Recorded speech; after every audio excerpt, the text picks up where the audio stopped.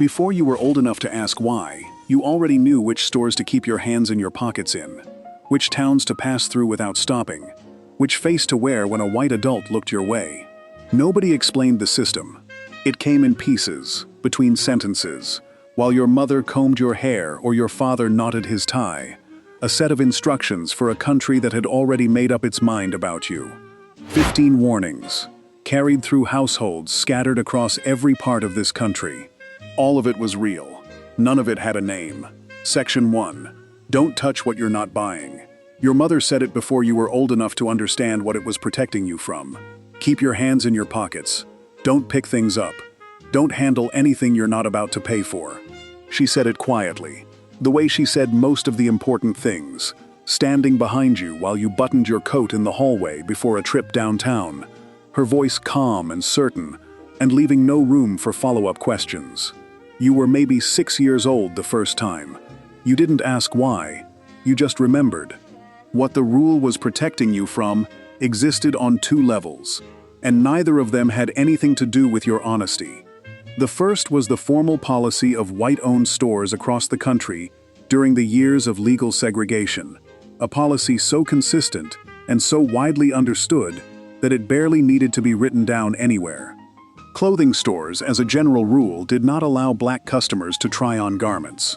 The explanation offered by store owners, when they bothered to offer one at all, was that white customers would not buy clothing that a black person had worn, even briefly, even just long enough to check the fit in a dressing room mirror. So the rule was simply, no trying on. You could look at a dress through the glass, you could hold it up against yourself if a clerk permitted it, but you could not go into a fitting room and close the door the way a white customer could. In some stores, a small accommodation existed where a black customer could pull a jacket on over their own clothes or try on a hat with a piece of cloth laid across their head as a barrier. That was the extent of it. The clothing was available for your money, but not for your body. In Baltimore, one of the most documented cases of this commercial architecture of exclusion played out inside the downtown department stores that dominated the city's retail landscape through the early 1960s. Black shoppers were permitted to shop in the basements of those stores. Moving upstairs to the main or upper floors required a note, a written permission from a white employer or friend authorizing the visit to pick up merchandise on their behalf. You were allowed in as a proxy for someone else, not as a customer in your own right. At Hawkschild, Cone & Company, a prominent Baltimore department store that had been operating since 1897, clothing purchases made by black customers were stamped with the words "Final Sale" directly on the receipt, a mark that appeared on no white customer's paperwork. The stamp communicated, in the plainest commercial language available, that the store considered any item that had passed through a black customer's transaction to be unfit for return. You could buy it, but the assumption built into the sale was that no one else would want it back. After sustained protests in early 1960, Hawkschilds integrated its dining room on March 26th of that year, but the broader architecture of exclusion had been in place for decades before that afternoon. In Chicago, a complaint was filed against Marshall Field & Company in 1952 for discriminatory hiring practices. Fields had told the city's Commission on Human Relations that black salespeople could, in the company's own framing, negatively affect the character and atmosphere of the store. By the end of the 1960s, only 9% of Marshall Field's sales floor staff was black, nearly 2 decades after the complaint. The store was selling to everyone. It simply did not intend to be staffed by everyone, and the distinction was not subtle. The second level of what the rule was protecting you from was more immediate and more dangerous. A black child in a white-owned store who touched merchandise, who picked something up to look at it and set it back down, was a black child who could be accused of something. A clerk who had been watching from across the floor, who had been watching from the moment you walked in through the door, could decide that a handled item was a damaged item, or a taken item, or the beginning of a story that ended with the police being called. And the police being called, in a white-owned store in a white business district in the 1950s or early 1960s, meant something entirely different than it would mean for a white child who had done the same thing. Your mother understood this arithmetic completely and had no interest in testing it. The broader system that created this warning was documented with great clarity by historian Stephen Berry, whose examination of Jim Crow as an unwritten code of daily conduct found that white-owned stores operated as stages on which elaborate scripts of racial deference were performed and enforced without anyone needing to announce them. White clerks served white customers first in most establishments, with no law requiring this but with a near-universal custom enforcing it. A black customer who broke the sequence, who stepped to the counter out of turn, or who handled merchandise without visible deference, was violating the script. And the consequences of violating the script inside a store, where all the authority belonged to the owner and none of it belonged to you, could escalate without warning. What the Sears catalog represented to black families across the country, and why historian Louis Hyman of Cornell described it as quietly radical, was the exact inverse of that equation. The mail-order catalog, which Sears and Roebuck had been publishing since 1891, allowed a black family to make purchases anonymously, by mail, without ever entering a store where a clerk's decision could become a crisis. Sears even set up arrangements in some communities, allowing customers to receive deliveries directly from postal carriers, bypassing the local store entirely, because in some towns the local store and the local post office were the same establishment, and the owner controlled both. The catalog was not charity. It was a business calculation that produced, as a side effect, the first truly deference-free shopping experience many black families in the rural South had ever encountered. Nobody knew who you were. Nobody watched your hands. Nobody had to decide whether to serve you first or last. You simply wrote down what you wanted, and it came. The hands-in-pockets rule carried forward in households long after the formal policies that made it necessary had begun to soften. A mother who had grown up in the 1940s, whose own mother had taught her the rule in the same quiet way before the same kind of trip downtown, passed it to her children in the 1960s because the danger that animated it had not disappeared with the passage of the Civil Rights Act of 1964. A 2017 study of 55 middle-class black shoppers in the New York City area found that 80% reported experiencing racial stigma and suspicion while shopping, and 59% said they had at some point been perceived as a shoplifter. The law had changed. The gaze that measured every movement of a black hand near a piece of merchandise had not. Your mother was not teaching you a rule about stores. She was teaching you that a white space had a different physics than the space inside your own house, and that your body moved through it under a different set of assumptions than it moved through anywhere else.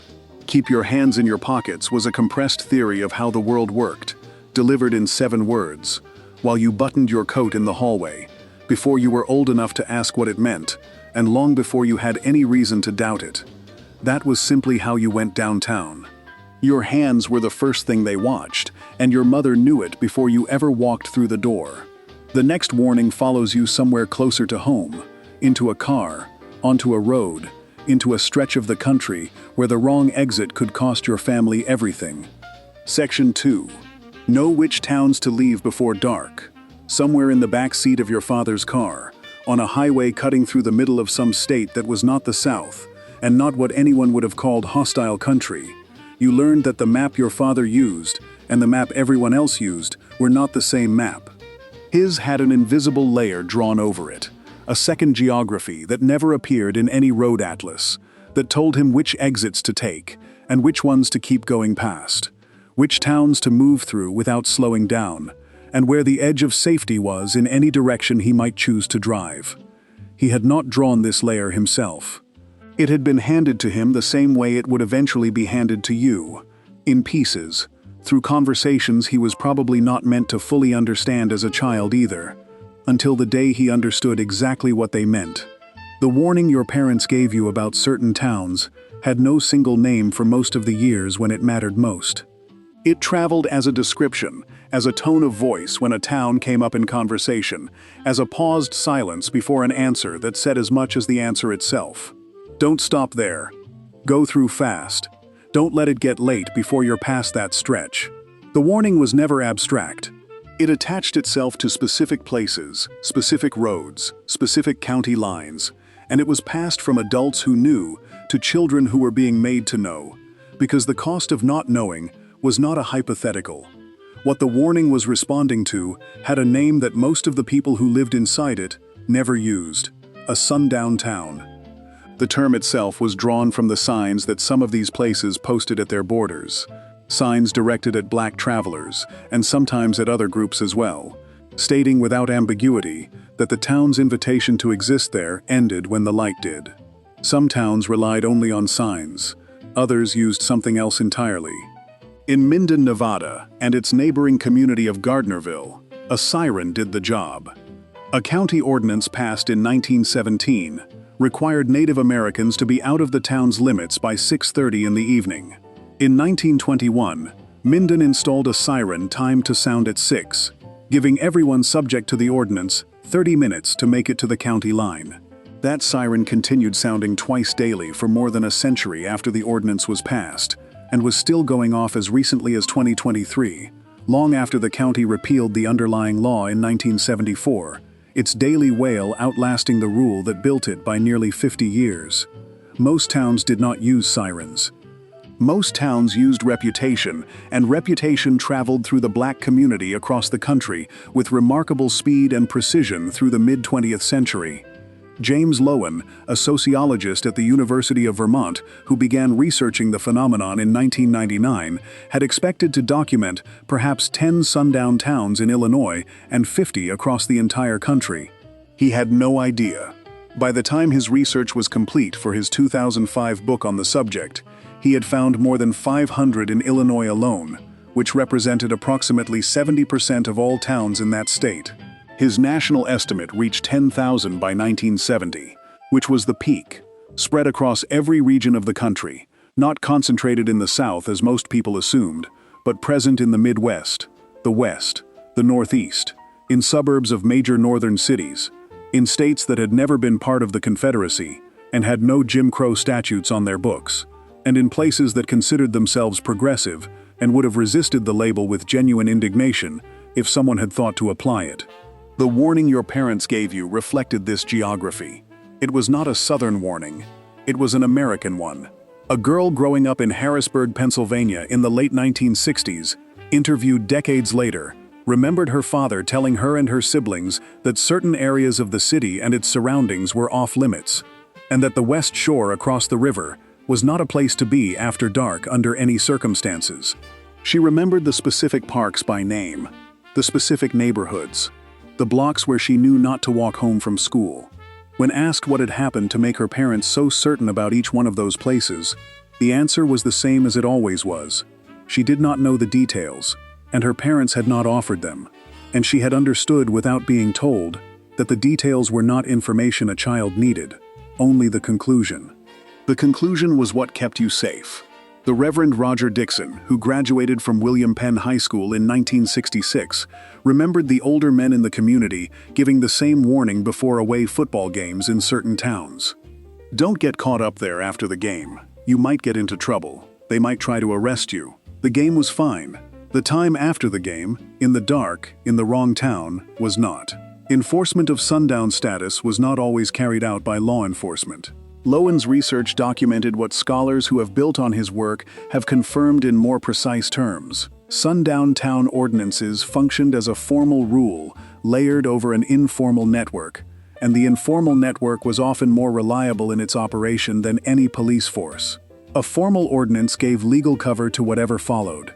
The violence, or the threat of it, applied by ordinary residents rather than by any official, was what most travelers actually encountered, and what most parents were trying to protect their children from when they identified specific stretches of road as places not to stop. Law enforcement in these towns was, in many cases, simply an extension of the same force. Being arrested in a sundown town after dark was, in a number of documented cases, a step on the way to something worse. What made the warning difficult to pass down accurately was that the places it applied to were not consistent, were not marked on any official document, and were not the same from decade to decade. A town that had been dangerous in the 1940s might have shifted by the early 1960s, or might not have shifted at all, and the only reliable way to know was to know someone who had been through it recently and come back with current information. The Green Book, the guide for black travelers first published in 1936 by Victor Hugo Green, had addressed part of this by listing businesses that would serve black customers without incident. But a guide to safe businesses was not the same as a map of unsafe towns, and the two problems were different enough that no single document had ever solved both. The invisible layer on your father's map was built from sources the Green Book could not replace. Relatives who had driven the route before, members of the church who lived near a particular stretch of highway, the cousin in the next state who could say whether a specific exit was now safer than it had been or worse. This was a living intelligence network, maintained entirely by people who needed it, and distributed entirely through personal connection, because no institution had been built to do that work for them. The pattern Lowen found, and that subsequent researchers have continued to document, was that sundown towns were most heavily concentrated in the Midwest, Oregon, Indiana, and other northern states, not because the South was less hostile, but because the South's racial exclusion operated through different instruments. In the South, Jim Crow statutes told you what a black person could and could not do in a given space. In the Midwest and the West, the instrument was the town line itself, the simple, total exclusion of black presence after dark, achieved without most of the formal apparatus of Southern segregation. A town in Illinois in 1960 could have no posted signs anywhere, no segregated lunch counters, no separate waiting rooms, and still be a place where a black driver who broke down after sunset would face real danger before morning. The mechanism was different, the result was the same. Your parents' warning carried that whole history compressed into a few words about specific roads and specific towns. None of the history was explained out loud. All of it was present anyway, underneath the words, in the weight with which those particular place names were said, in the way the subject changed once the relevant exit was safely behind you, in the way your father's shoulders settled slightly when the stretch was done and the next town was a different kind of town altogether. Before we move on, if you're enjoying this analysis, please consider subscribing. It helps the channel tremendously. Your father knew which exits to pass, and his father had known before him, a map handed down through conversation, because no other kind existed.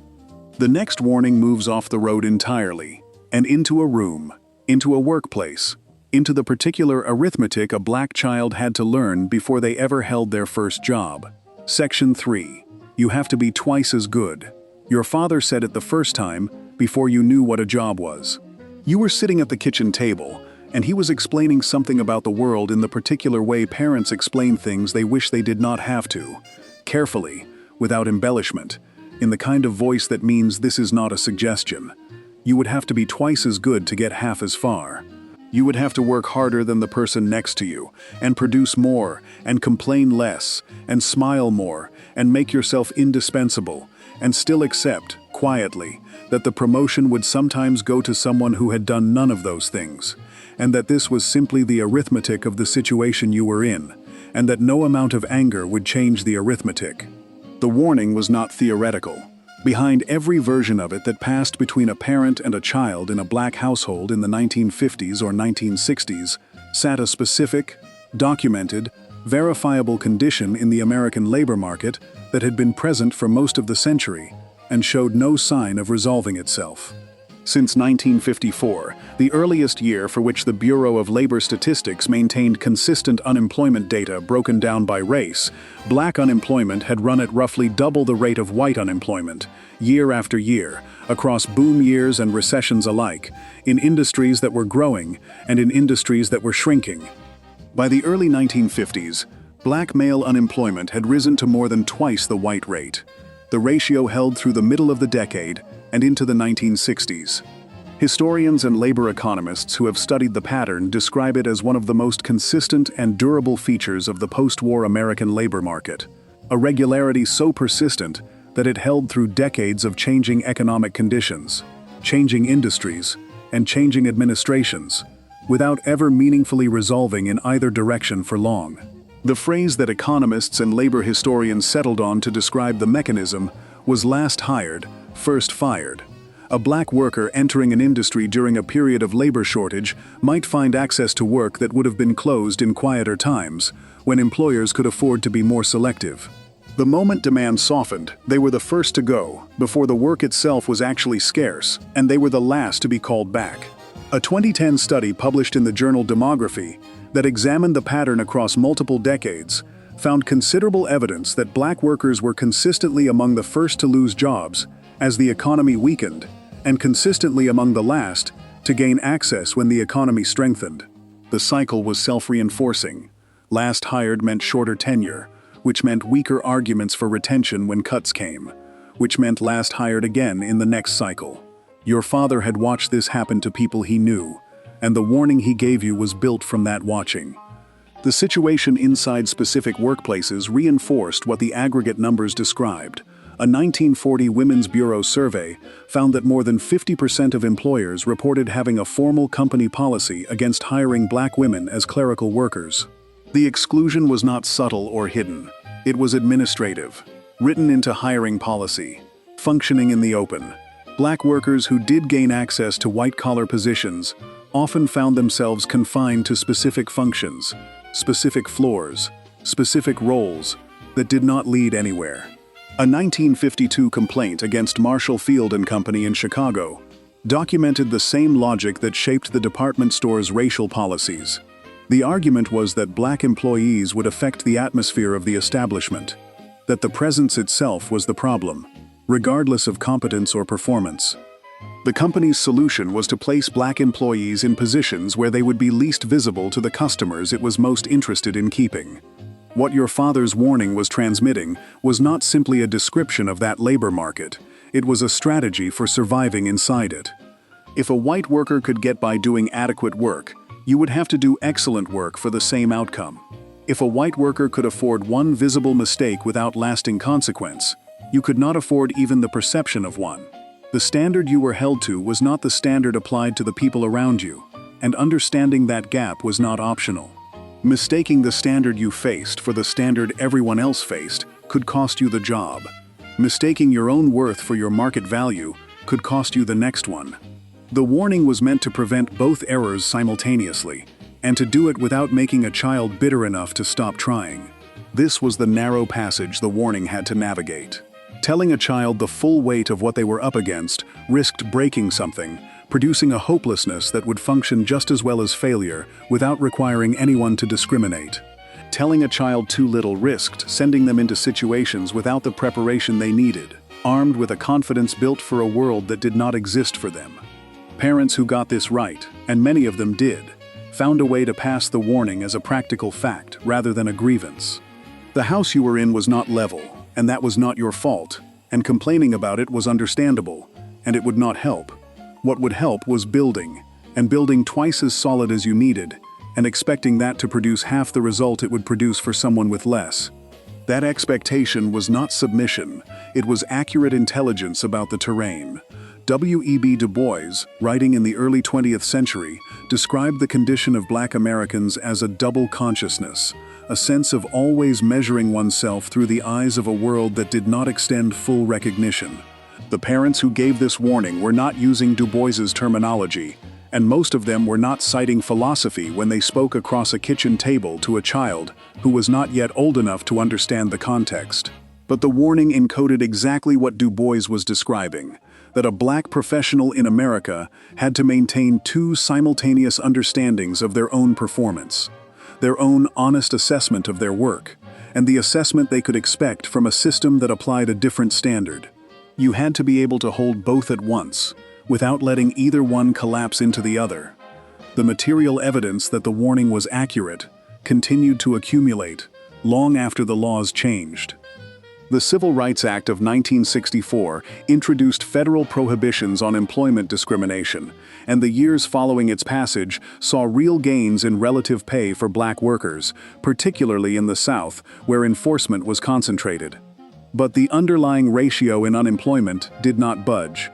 From the earliest data in 1954 through the end of the 20th century, black unemployment ran at roughly twice the white rate, a consistency that persisted through every major piece of anti-discrimination legislation, through the expansion of affirmative action programs, through the growth of the black middle class, through decades of economic expansion. Researchers who have examined the phenomenon concluded that none of the existing models of labor market discrimination fully explained the persistence of the ratio, only that the ratio persisted. The warning had been calibrated to a reality that was not leaving. What the warning cost in the giving and what it cost in the receiving has received more attention in recent decades. Parents who passed it down were transmitting an accurate assessment of the world, while simultaneously asking their children to accept a burden that no accurate assessment alone could justify accepting. The child sitting at the kitchen table was being told, in the most loving way available, that the rules did not apply equally, and that they should not expect them to, and that the correct response was to exceed the rules anyway. That instruction produced generations of black professionals who operated under a chronic pressure that had no equivalent for their white colleagues. A constant performance of exceptionalism that was not optional and could not be set down between tasks, because the standard being applied to them was not applied between tasks. A generation of researchers who have studied this psychological dimension describe what the warning produced as a form of structural stress baked into professional life at a level that no individual level of achievement resolved. Being twice as good in practice, not as aspiration, but as daily operating requirement, was a different kind of labor than the visible labor of the job itself. Your father knew this. He knew it from his own body, from his own career, from his own father's kitchen table. He passed the warning anyway, because passing it was the most useful thing he could do, and the most honest, and because the alternative was sending you out without it. That was simply what you were going to need to know. You were told the rules were different for you before you ever sat down at a desk, and they were. The next warning moves off the job and into the body itself, into the specific instruction about what your face was allowed to do and what it was not, in any room where white people were watching. Section 4. Don't let them see what's on your face. Something happened at a store, or at school, or on the street, and you came home with it still visible, and before you even got through the door your mother saw it, and she sat you down, and the conversation was not about what had happened. It was about your face, what you had let show, or what you might let show next time, or what you could never afford to let show in the specific rooms this story was always going to take place in. The instruction was quiet and careful and final, the way the important ones always were. You did not have the same permission that other people had. Your anger, your frustration, your exhaustion, the thing that had just happened to you, and that you had every right to feel exactly as hard as you were feeling it, none of that could come out in front of certain people. Not there. Not in that room. Not with those people watching.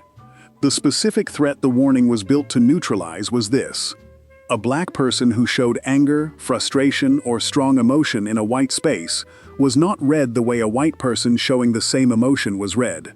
The emotion itself was the same. The interpretation applied to it was not. A white employee who raised their voice in a meeting was showing passion.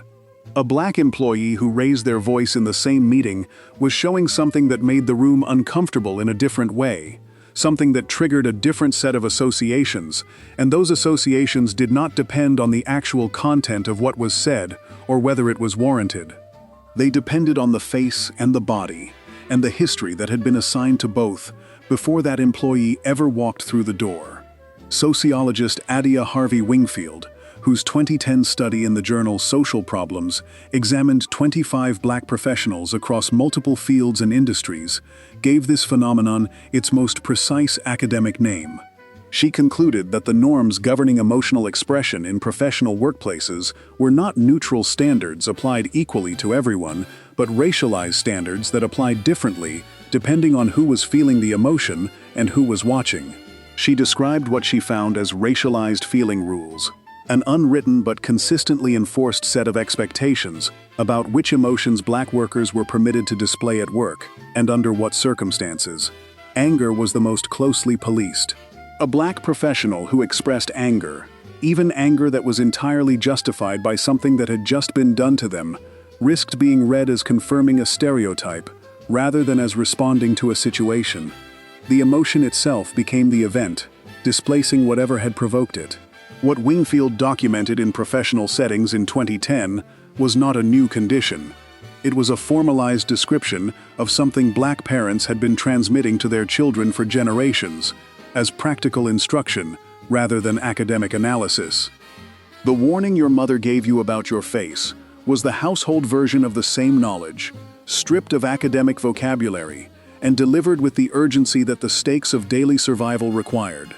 She was not teaching you to suppress your feelings, because feelings were bad. She was teaching you that the room you were about to walk into had already decided what your feelings meant before you had them, and that the decision would be applied against you if you gave them anything to work with. The longer history behind this warning ran much deeper than any single decade. Paul Laurence Dunbar, one of the first black poets to receive national recognition in the United States, published a poem in 1896 that described the practice precisely, though without naming it as a warning, because by the time he was writing it, no longer needed to be named. The poem described a collective survival practice, wearing a face that smiled, and told the world nothing true about what was happening underneath it.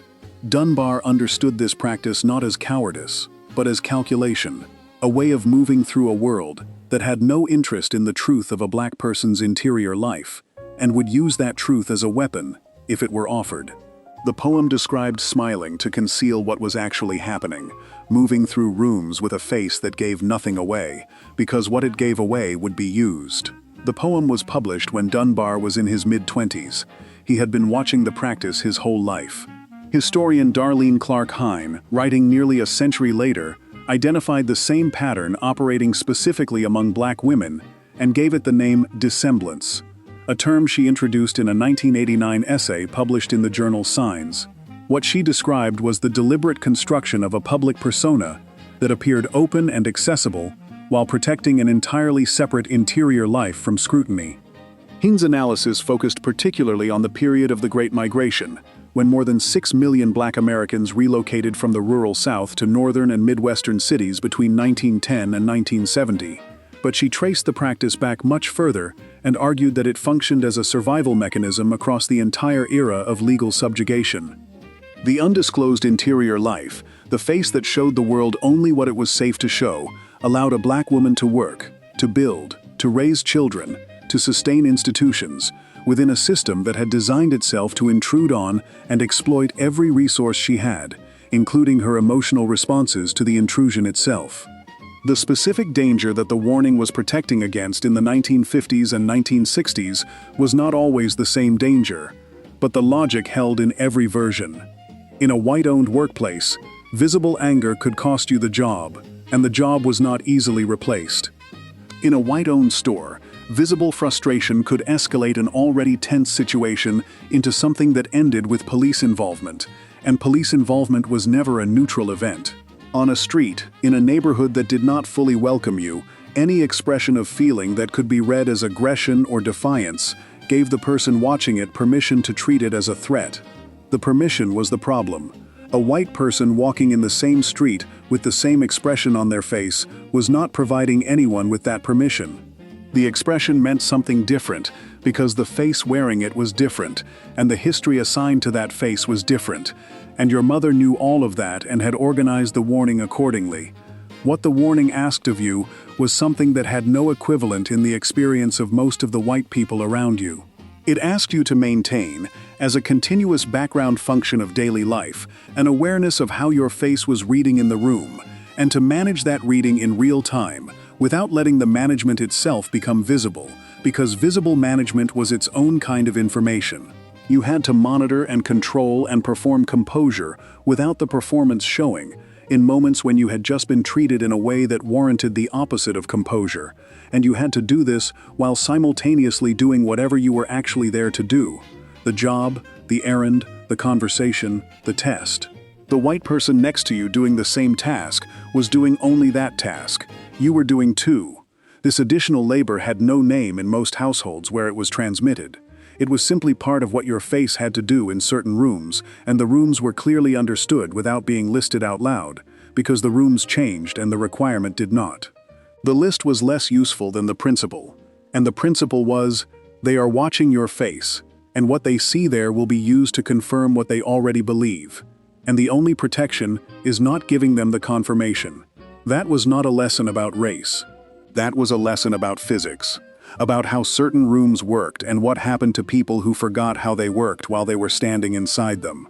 Your face was never entirely yours in public. That was simply what public meant. Before we move on, if you're enjoying this analysis, please consider subscribing. It helps the channel tremendously. What your face was allowed to do changed everything about how a room went.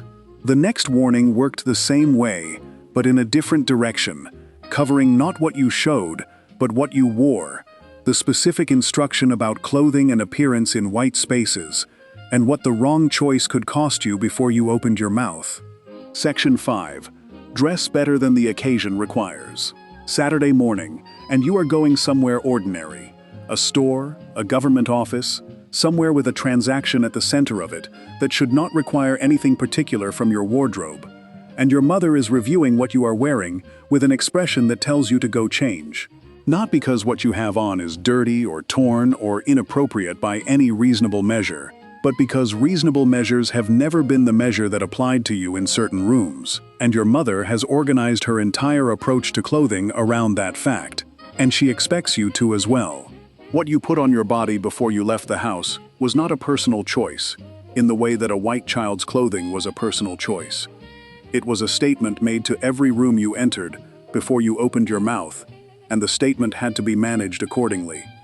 The thinking behind this was old, organized, and specific.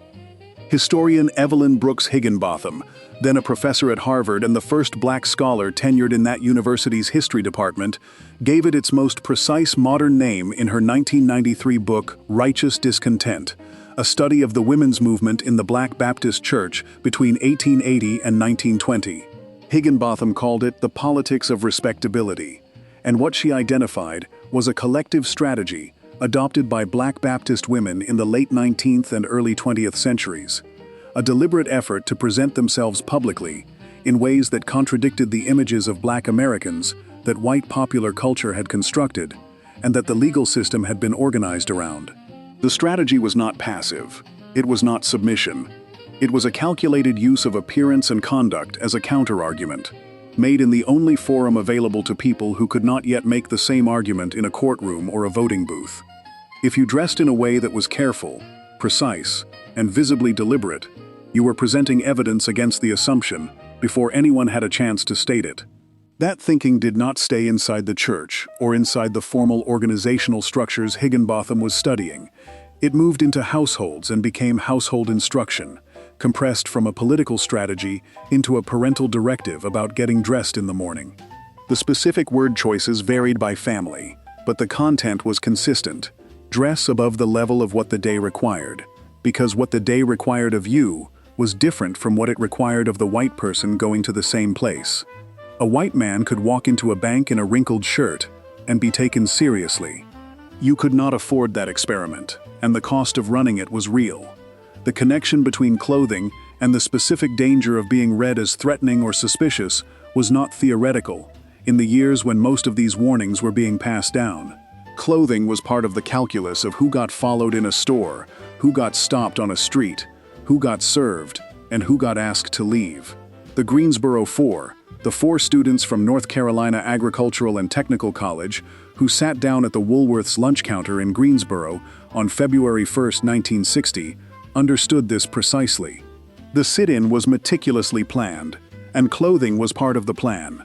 The students were neatly dressed, invariably described in the coverage that followed as well turned out, because they understood that their appearance was going to be weighed as part of the argument they were making, and that a careless appearance would be used to dismiss the argument.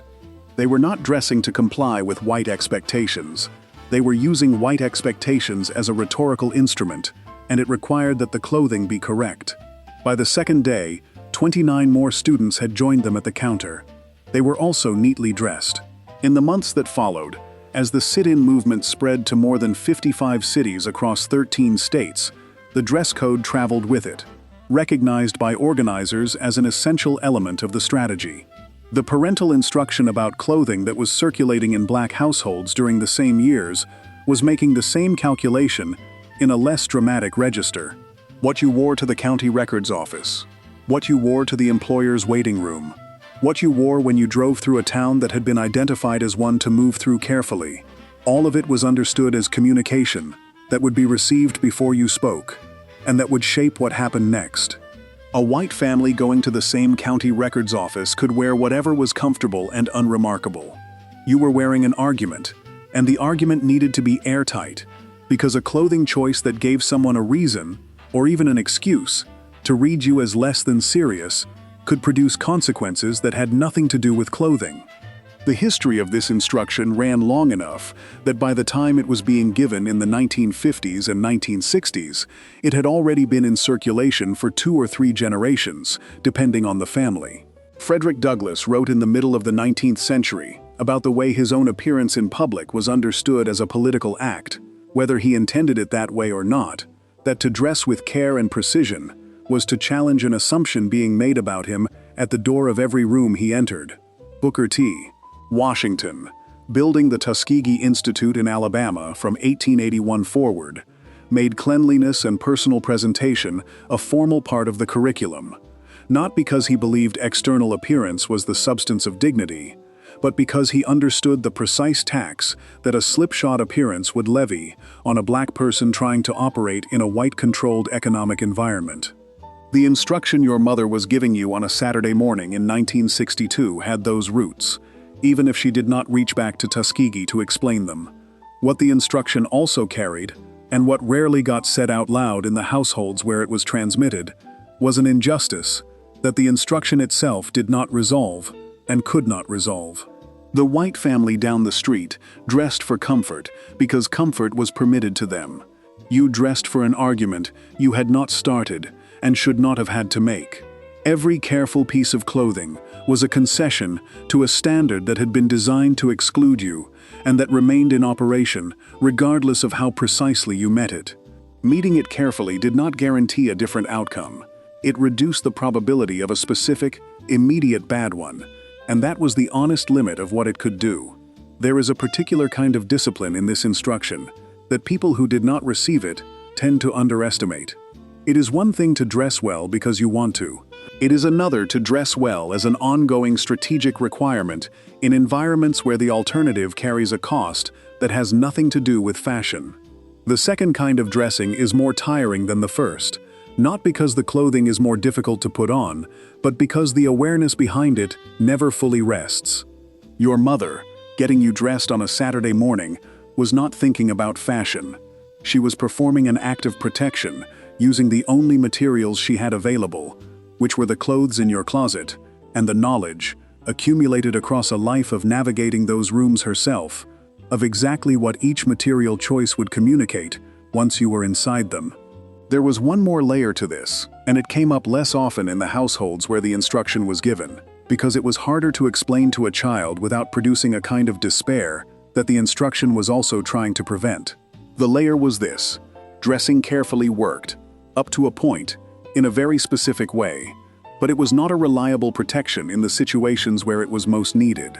A well-dressed black man being followed through a department store in 1960 was still a black man being followed through a department store. The clothing reduced the likelihood of being approached, and it changed the calculation slightly, and it offered some protection against the most casual and reflexive forms of dismissal. Against something more deliberate, it offered less. Your mother knew this. She gave the instruction anyway, because the partial protection was real, and because having you understand that your clothing was being read was necessary regardless of what the clothing could ultimately deliver. That was simply what you wore to go anywhere that mattered. You dressed for an argument before you left the house, and the argument was never really about clothing. The next warning moves further inside, into the hospital, into the specific instruction about which building to go to when something went wrong with your body, and what you needed to know before an emergency became something worse. Section 6. Know which hospital will take you. Your mother did not explain this one the way she explained most things. She explained it the way you explain a fact about weather or a fact about traffic, matter of fact and without drama, because what she was describing was simply a condition of the world, and treating it as dramatic would not help you navigate it. If something happens and you need a hospital, she said, you go to this one, not that one, this one, she named it. You remembered it the way you remembered your address and your phone number, as a piece of information that might become important very suddenly with no warning, and that you needed to have already correct before the moment arrived. What she was describing was a medical landscape that had been deliberately constructed over decades, on the same principle that had organized every other public institution in the country: separation, with the separate facilities for Black patients reliably receiving less funding, less staffing, fewer resources, and less modern equipment than the facilities on the other side of the line.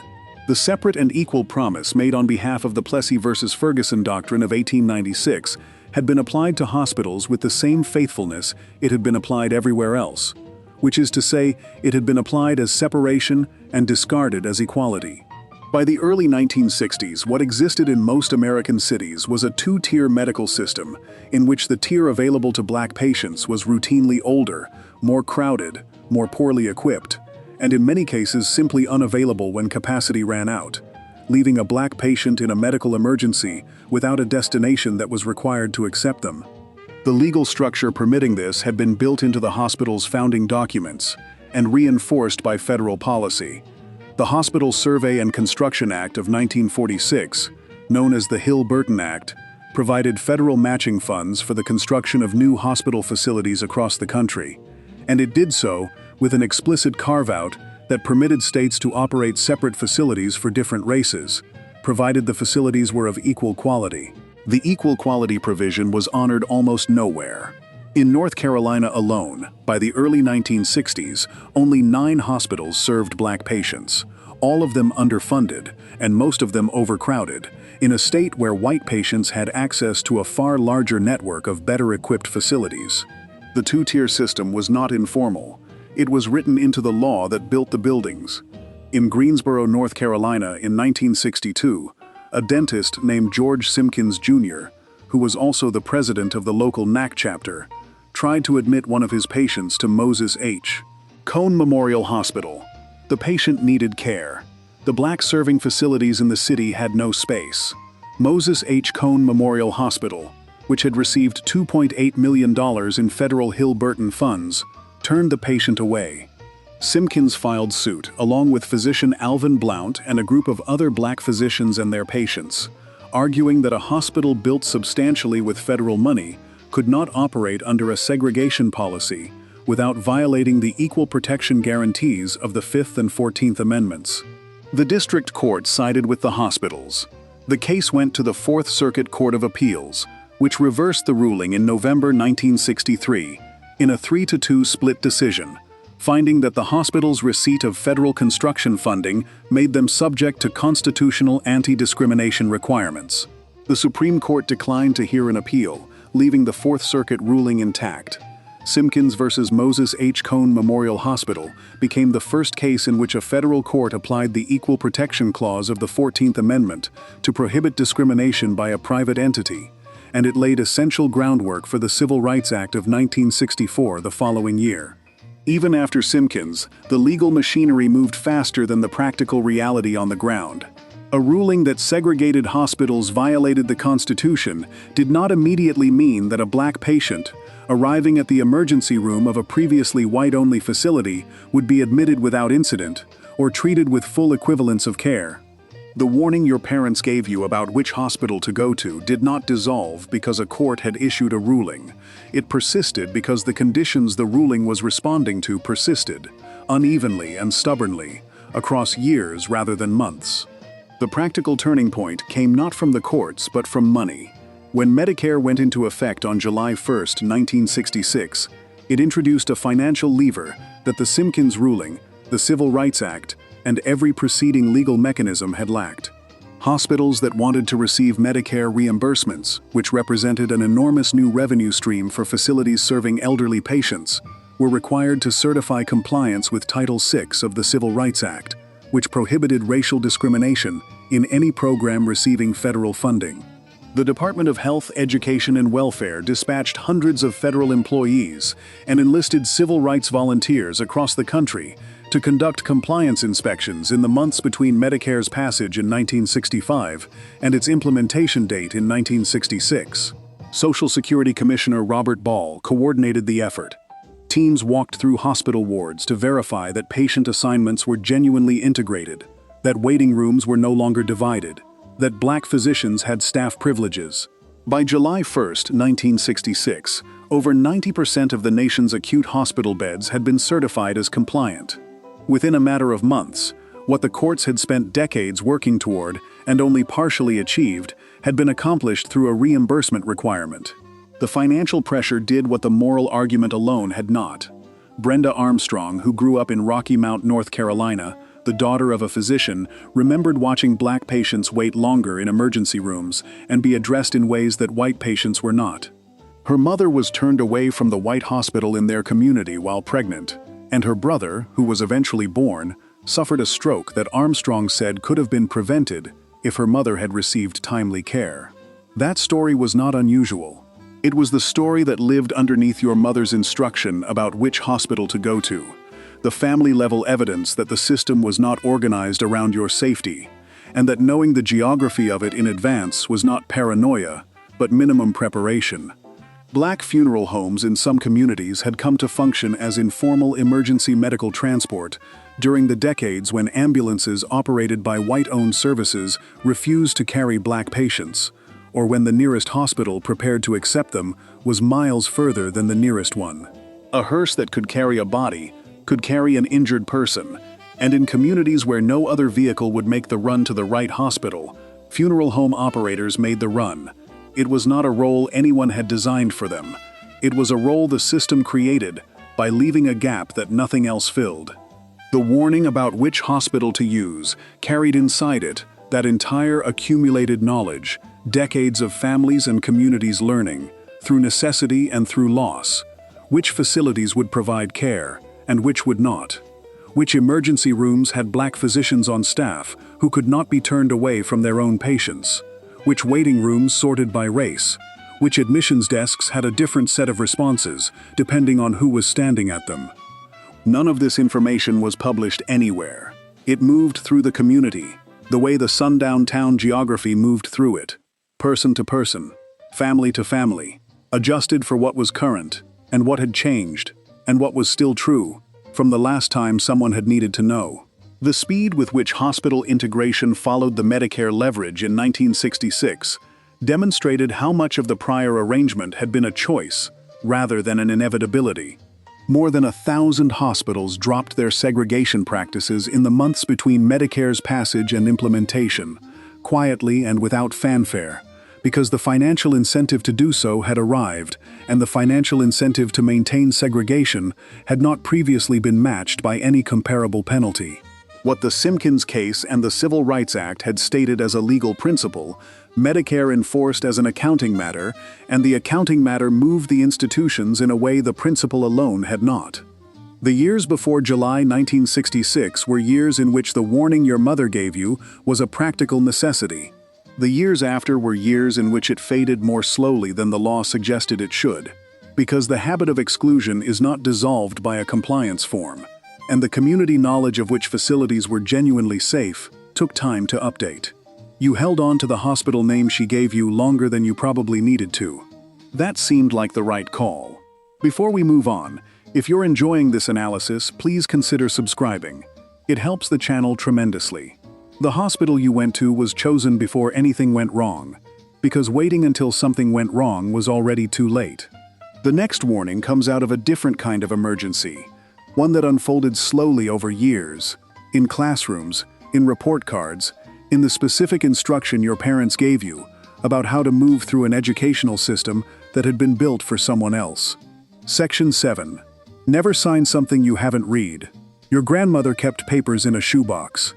Not because she was organized by nature, a distinction she would have made herself, but because she had learned, through a sequence of events she did not discuss in full until late in her life, that paper had a particular way of being used against people who did not read it carefully, and that the safest thing was to keep every piece of it, going back years, in a place where it would not be lost. Receipts from stores. The carbon copy of a lease. The payment record from the contract on the house. Written by hand in a ledger she kept updated in the same pen every time, because she did not trust the seller's numbers and wanted her own to compare them against. The papers in the shoebox were not organized sentiment. They were evidence, maintained against a specific contingency that experience had taught her was real.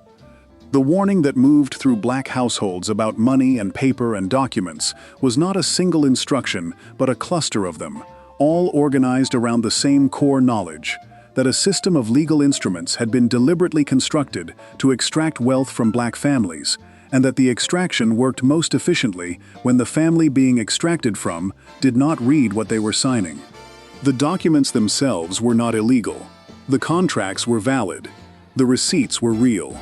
The deception was in the gap between what the documents said and what the person signing them believed they were agreeing to, and maintaining that gap was a business strategy. The most precisely documented version of this problem in the mid-20th century was the practice known as contract buying, and nowhere was it more thoroughly mapped than in Chicago during the 1950s and early 1960s. The mechanism worked as follows. The Federal Housing Administration, established in 1934, insured home mortgages for buyers across the country. The FHA's own guidelines, written into its formal underwriting criteria, specified that properties in or near black neighborhoods were too risky to insure. The determination was not based on individual creditworthiness. It was based on the race of the neighborhood's residents. Only 2% of the $120 billion in new housing, subsidized by the federal government between 1934 and 1962, went to non-white buyers. This was not an informal pattern. It was federal policy, written by people whose names are in the historical record, implemented by an agency of the United States government for nearly 3 decades. The result was that black families who wanted to buy homes had no access to conventional mortgage financing, regardless of their income or credit history. The market moved to fill this gap in a particular way. Real estate speculators bought properties in racially changing neighborhoods at market value from white sellers. They then sold those same properties to black buyers at prices 2 to 4 times what they had just paid, using a legal instrument called a contract for deed, also called a land contract or installment contract. The difference between this arrangement and a conventional mortgage was specific and consequential. Under a conventional mortgage, the buyer owns the property from the moment of purchase, building equity with each payment and able to sell or refinance the asset. Under a contract for deed, the buyer made monthly payments but received no title to the property until the final payment was made, which might be 20 or 30 years in the future. If a buyer missed a single monthly payment, for any reason, they lost the property. They lost every payment they had made. They lost any improvements they had paid for. The seller kept everything and found the next family. Mark Satter, a Chicago attorney whose daughter Beryl would later document this history in her 2009 book Family Properties, worked cases against contract sellers in the 1950s and wrote about what he found in publications directed at the black community. He estimated that 85% of black homebuyers in Chicago were purchasing their properties on contract during this period, because they had no other legal path to homeownership. He calculated that the practice was extracting $1 million a day from black Chicagoans, which in contemporary dollars represents something closer to $8 million. Contract sellers became wealthy. The communities from which they extracted that money deteriorated, because families paying inflated prices on precarious contracts could not build equity, could not borrow against their properties, and could not survive a single month of financial difficulty without losing everything they had put in. Entire neighborhoods in Chicago's South Side and West Side were shaped by this single financial instrument and the federal policy that made it the only option. This was not only a Chicago story. The federal machinery that produced it operated nationally. Between 1944, when the Servicemen's Readjustment Act became law, and 1956, when it concluded its original provisions, nearly 8 million World War II veterans received education or training benefits, and more than 4 million received home loans worth $33 billion. For the 1.2 million black veterans who had served in segregated units, the bill's promise was systematically denied. In Mississippi, a survey found that of the 3,229 VA home loans distributed to veterans in 13 cities in 1947, 2 went to black veterans. Employment counselors at Veterans Administration offices across the country refused to refer black veterans for skilled jobs despite many having returned from the war as trained electricians, welders, and mechanics. The vocational training programs to which black veterans were steered were frequently predatory, operated to collect GI Bill payments without delivering usable credentials. Historian Ira Katznelson, in his study of this period, described the GI Bill as perhaps no greater single instrument for widening the already substantial racial gap in post-war America. A law written in neutral language that produced radically unequal outcomes because every institution responsible for implementing it was organized around the same racial assumptions the law itself declined to address. What your parents knew from living inside this system was the practical version of what Katznelson would later document academically. That the paper said one thing and the outcome delivered another, and that the gap between them had been put there on purpose, and that the only protection available was to understand exactly what you were signing before you signed it. Never put your name on something you have not read. If you cannot understand it, find someone who can read it with you before the pen touches the paper. Keep your own records of every payment you make, because the seller's records and your records may not match, and yours are the ones you can verify. Do not trust a verbal agreement on anything that concerns money or property, because a verbal agreement is only as durable as the goodwill of the person who made it, and goodwill was not always the thing being offered. The shoebox your grandmother kept was her version of this instruction made physical. Every receipt was a counter record. Every payment notation in the ledger was a dispute in waiting, a document that could be produced if the seller's numbers turned out to be different from hers. She had seen what happened to people whose records did not match the seller's, and who had nothing to prove the discrepancy. She had watched families lose houses they had been paying on for years, walk away with nothing because a single month had gone wrong, and the contract offered no grace, and because they had trusted that the numbers in the seller's book were the numbers in their own. The papers in her shoebox were not about distrust in any personal sense. They were about the specific architecture of a system that had been built to exploit the gap between what people believed they had agreed to and what the document actually said, and she had decided that the gap was not going to be where she lived. The warning passed down in black households was not paranoia, and it was not generalized suspicion of paper or commerce. It was accurate knowledge about a specific legal and financial environment that had been designed with a particular outcome in mind. The families who received this warning and kept their own records and read their own contracts, or found someone to read with them, were not protected from everything the system could do.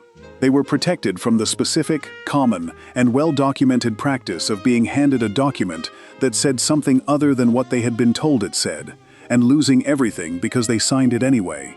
That was simply what paper required you to understand.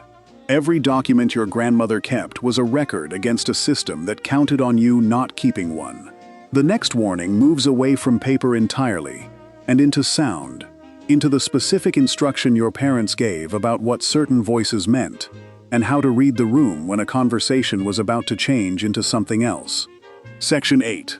Learn to read the room before the room changes. Your father did not explain the lesson in terms of danger. He explained it in terms of grammar. How you address someone and how you are addressed back tells you everything you need to know about what kind of conversation you are actually in, and the two conversations are often not the same one. A white man who called him by his first name without being invited to was not making a social overture. He was establishing a position, and your father knew what position it was, and he knew before the sentence was finished whether the rest of the exchange was going to require managing. You learned to make the same read before you were old enough to describe what you were doing. The specific vocabulary of racial address in the mid-20th century was precise in its meaning and consistent in its application. Stetson Kennedy, a Florida writer who documented the customs and laws of Jim Crow America firsthand and published his findings in 1959 as a guide to the rules governing the conduct of non-white citizens in the United States, recorded the conversational rules that governed interracial exchange as a set of explicit prohibitions.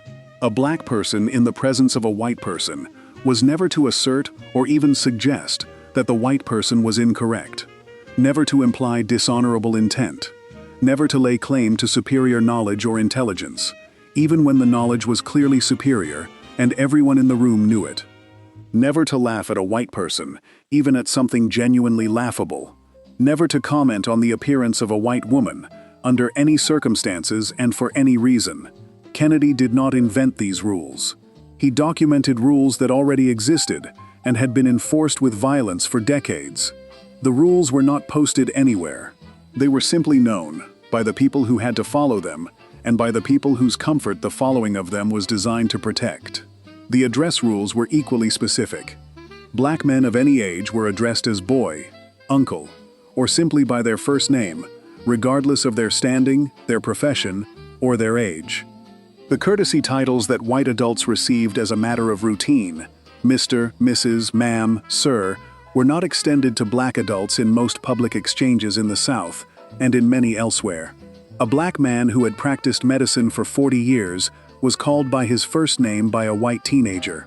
A black woman who had raised her own children and her employer's children was called girl or auntie. The asymmetry was not accidental and was not subtle. Its function was to establish, in every individual exchange, the relative social position of the parties before any business between them could proceed. And the rule that required black people to use courtesy titles in return, to say sir and ma'am and mister, regardless of how they were addressed in exchange, completed the asymmetry so that it ran only in one direction. Your parents' warning about this was not primarily a warning about what to feel. They had already covered what to feel, or more precisely, what your face was allowed to do with what you felt. This warning was about what to hear, and what the specific words and tones you heard told you about where a situation was heading before it got there. A white adult who called you by your first name on first meeting was communicating something precise about how they understood the transaction and how they planned to conduct it. A white adult who called a black man boy was not being colloquial. They were invoking a specific familiar vocabulary of subordination that both people in that exchange recognized, and one of them had a decision to make in the next several seconds about how to respond, and the decision had real consequences depending on the location, the audience, and the year. The larger instruction underneath the specific vocabulary warning was about reading the room continuously and in real time, a skill that had to run as a background process during every interaction in a mixed-race space. Historian Ronald L.F. Davis, writing about the racial etiquette of the Jim Crow era, described the requirement that black people be agreeable and non-challenging even when the white person was demonstrably wrong about something, as a rule enforced not just by social pressure, but by the real and credible threat of violence. What Davis described as a historical pattern, black adults who had lived inside it described as a constant cognitive task, monitoring the temperature of every room, tracking changes in tone and body language in real time, and making continuous rapid assessments about whether the current situation was stable, tipping, or already past the point where a different kind of response was required. Code switching, the practice of shifting how you speak depending on who is listening, was a specific and practical survival skill that carried its own instruction from parent to child. How you spoke in your own home, among people you trusted, was not how you spoke in a white employer's office or in a store where the clerk was watching you. The shift was not performance, and it was not deception. It was the recognition that the same words, in the same mouth, carried different weight and produced different reactions, depending on the race of the speaker and the race of the audience, and that some of those reactions were dangerous. A black man who spoke assertively about his own expertise, in a room where that expertise was not expected of him, was navigating something a white man in the same room with the same expertise was not navigating. The vocabulary of the shift was learned early and refined across years of experience. And parents who transmitted it were transmitting practical knowledge about how language worked differently for different bodies in the same space. The warning about specific conversational signals was not only about the words being used, it was about what changed when the words changed. A room that had been civil could shift in a particular way, and the shift had recognizable markers. A tone that had been moderately warm, moving toward cool and flat. A crowd that had been diffuse, organizing itself with a new kind of attention. A white person who had been addressing you directly, beginning to address the space around you instead, talking about you in a room you were standing in. These were not abstract signals. They were specific, experienced, documented patterns that people who had moved through enough white spaces learned to recognize before they became something worse. And the margin between recognizing it in time and not recognizing it in time could matter considerably. The warning also had a specific geographic and temporal dimension. The same behavior that was relatively safe in one setting could be dangerous in another, and the calculation had to account for both. A black man, who argued confidently with a white colleague in a northern city office building in 1964, was operating in a different risk environment than a black man who did the same thing in a rural Mississippi diner in the same year. Both situations required reading the room, but the room was different in each case, and the instruction that prepared you for the northern office was not quite the same instruction that prepared you for the Mississippi diner, even though the underlying principle was the same. Know where you are, know who is listening, know what the markers of escalation look like in this particular context, and know that the moment you see them, the window for managing the situation is narrower than it was a moment before. What made this warning different from the others was how much processing it required, and how little margin it left for error. Keeping your hands in your pockets was a physical rule, with a physical application. Dressing carefully required decisions made before you left the house. But reading a room in real time, tracking multiple people's body language simultaneously, registering the shift in a voice before it fully landed, and making a decision about how to respond in the next 2 or 3 seconds was cognitive work of a different order entirely. It ran on top of everything else you were supposed to be doing in the room. The work itself, the conversation, the transaction, and it ran continuously, without a clear off switch, because the situation could change at any moment, and the penalty for missing the change was not recoverable in the same way a missed calculation in other areas might be. Black adults who grew up inside this system and were interviewed decades later about what it felt like to navigate it, described it consistently in the same terms. A background hum that never entirely stopped. A part of the attention that was always allocated to surveillance of the immediate environment, regardless of what else was happening. Some described it as something they became aware of only when they were in spaces where it was not required of them, where the hum stopped and the silence felt unfamiliar.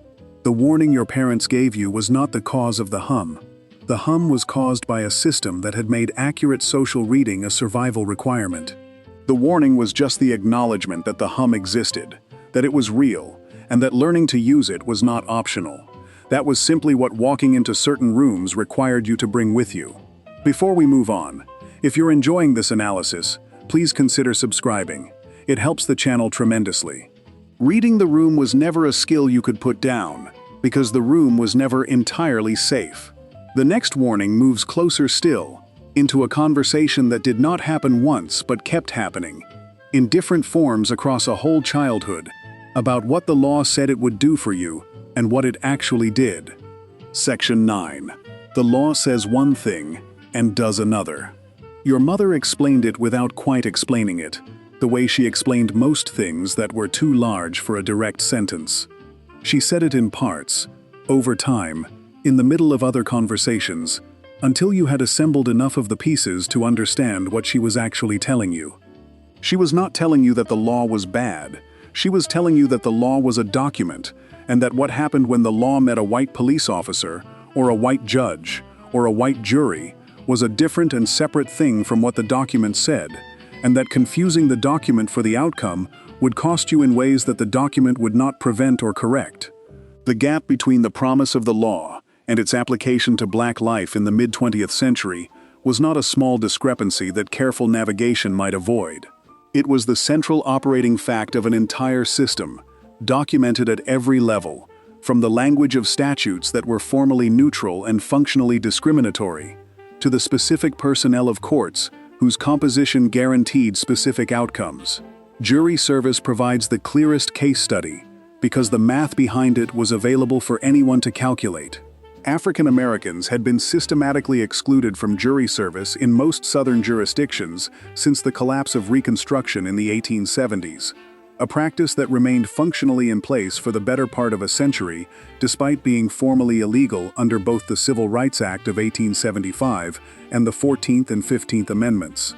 The mechanism for maintaining the exclusion was straightforward: Jurors were selected from voter rolls, and African Americans were excluded from voter rolls through poll taxes, literacy tests, white primaries, and the organized threat of violence against anyone who attempted to register. Remove black voters from the rolls, and you remove black jurors from the courtroom, without ever writing a law that mentioned race. The Scottsboro case made the machinery visible to a national audience in 1931 in a way that no abstract argument could match. 9 black teenagers between the ages of 12 and 19 were arrested in Alabama on March 25th of that year, accused of raping 2 white women aboard a freight train. The trials were held in Scottsboro within weeks of the arrests. The defendants' court-appointed attorneys had not met their clients before the morning of trial, were unfamiliar with Alabama courts, and declined to cross-examine witnesses or scrutinize the prosecution's evidence. The juries were all white and all male. 8 of the 9 defendants were convicted and sentenced to death within 4 days of proceedings, despite medical examination evidence that the alleged rapes had not occurred.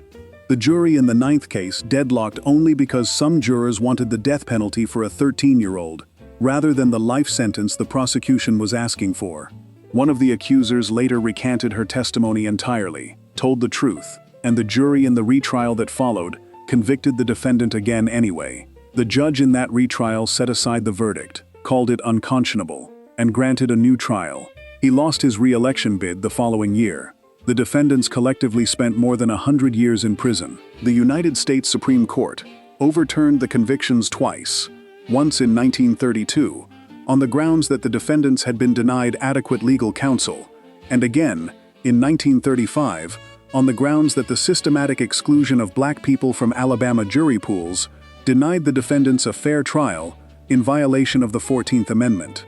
Both rulings were correct, and both rulings changed almost nothing in practice in the states where the exclusion was happening, because the exclusion was built into a structure that did not require formal racial designation to operate. You excluded black people from voter rolls by other means. They never appeared on jury rolls, and the ruling that said you could not exclude them on the basis of race had no mechanism to address exclusion on the basis of civic disqualifications that were themselves racially targeted.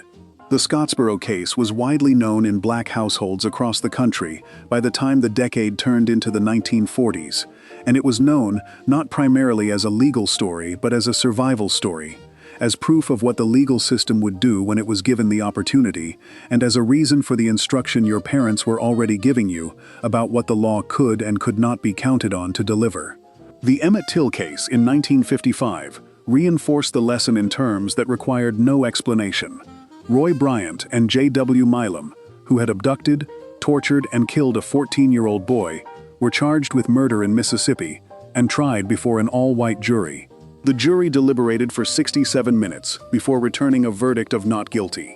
Both men were protected from further prosecution by double jeopardy, and subsequently sold an account of the killing to a national magazine for cash, confirming what had been done and to whom. The FBI had been prevented from investigating the original crime because the Department of Justice ruled that no federal laws had been violated.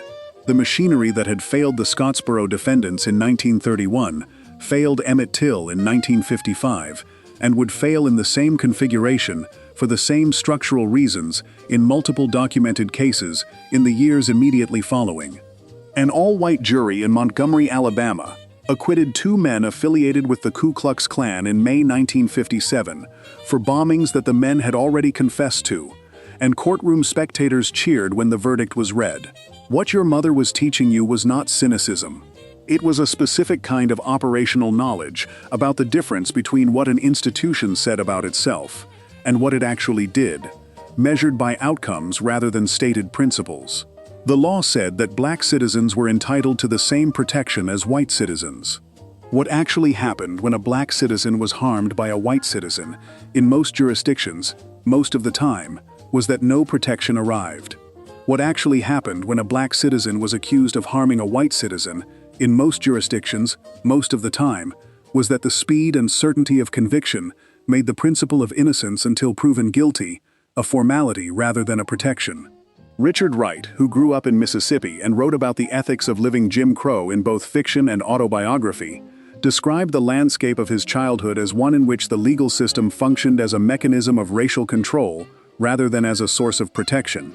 He understood from early in his life that he could not rely on courts or law enforcement to stand between him and violence, and that the knowledge of this was itself a form of knowledge that had to be acquired early and carried always. The instruction your parents gave you about this was not an instruction to break the law or to distrust all institutions or to abandon civic participation. The 14th Amendment was real. The Civil Rights Act of 1875, which outlawed race-based discrimination in jury selection, was real. The Supreme Court rulings in Norris v. Alabama were real. Brown v. Board of Education was real. The law contained real language with real meaning.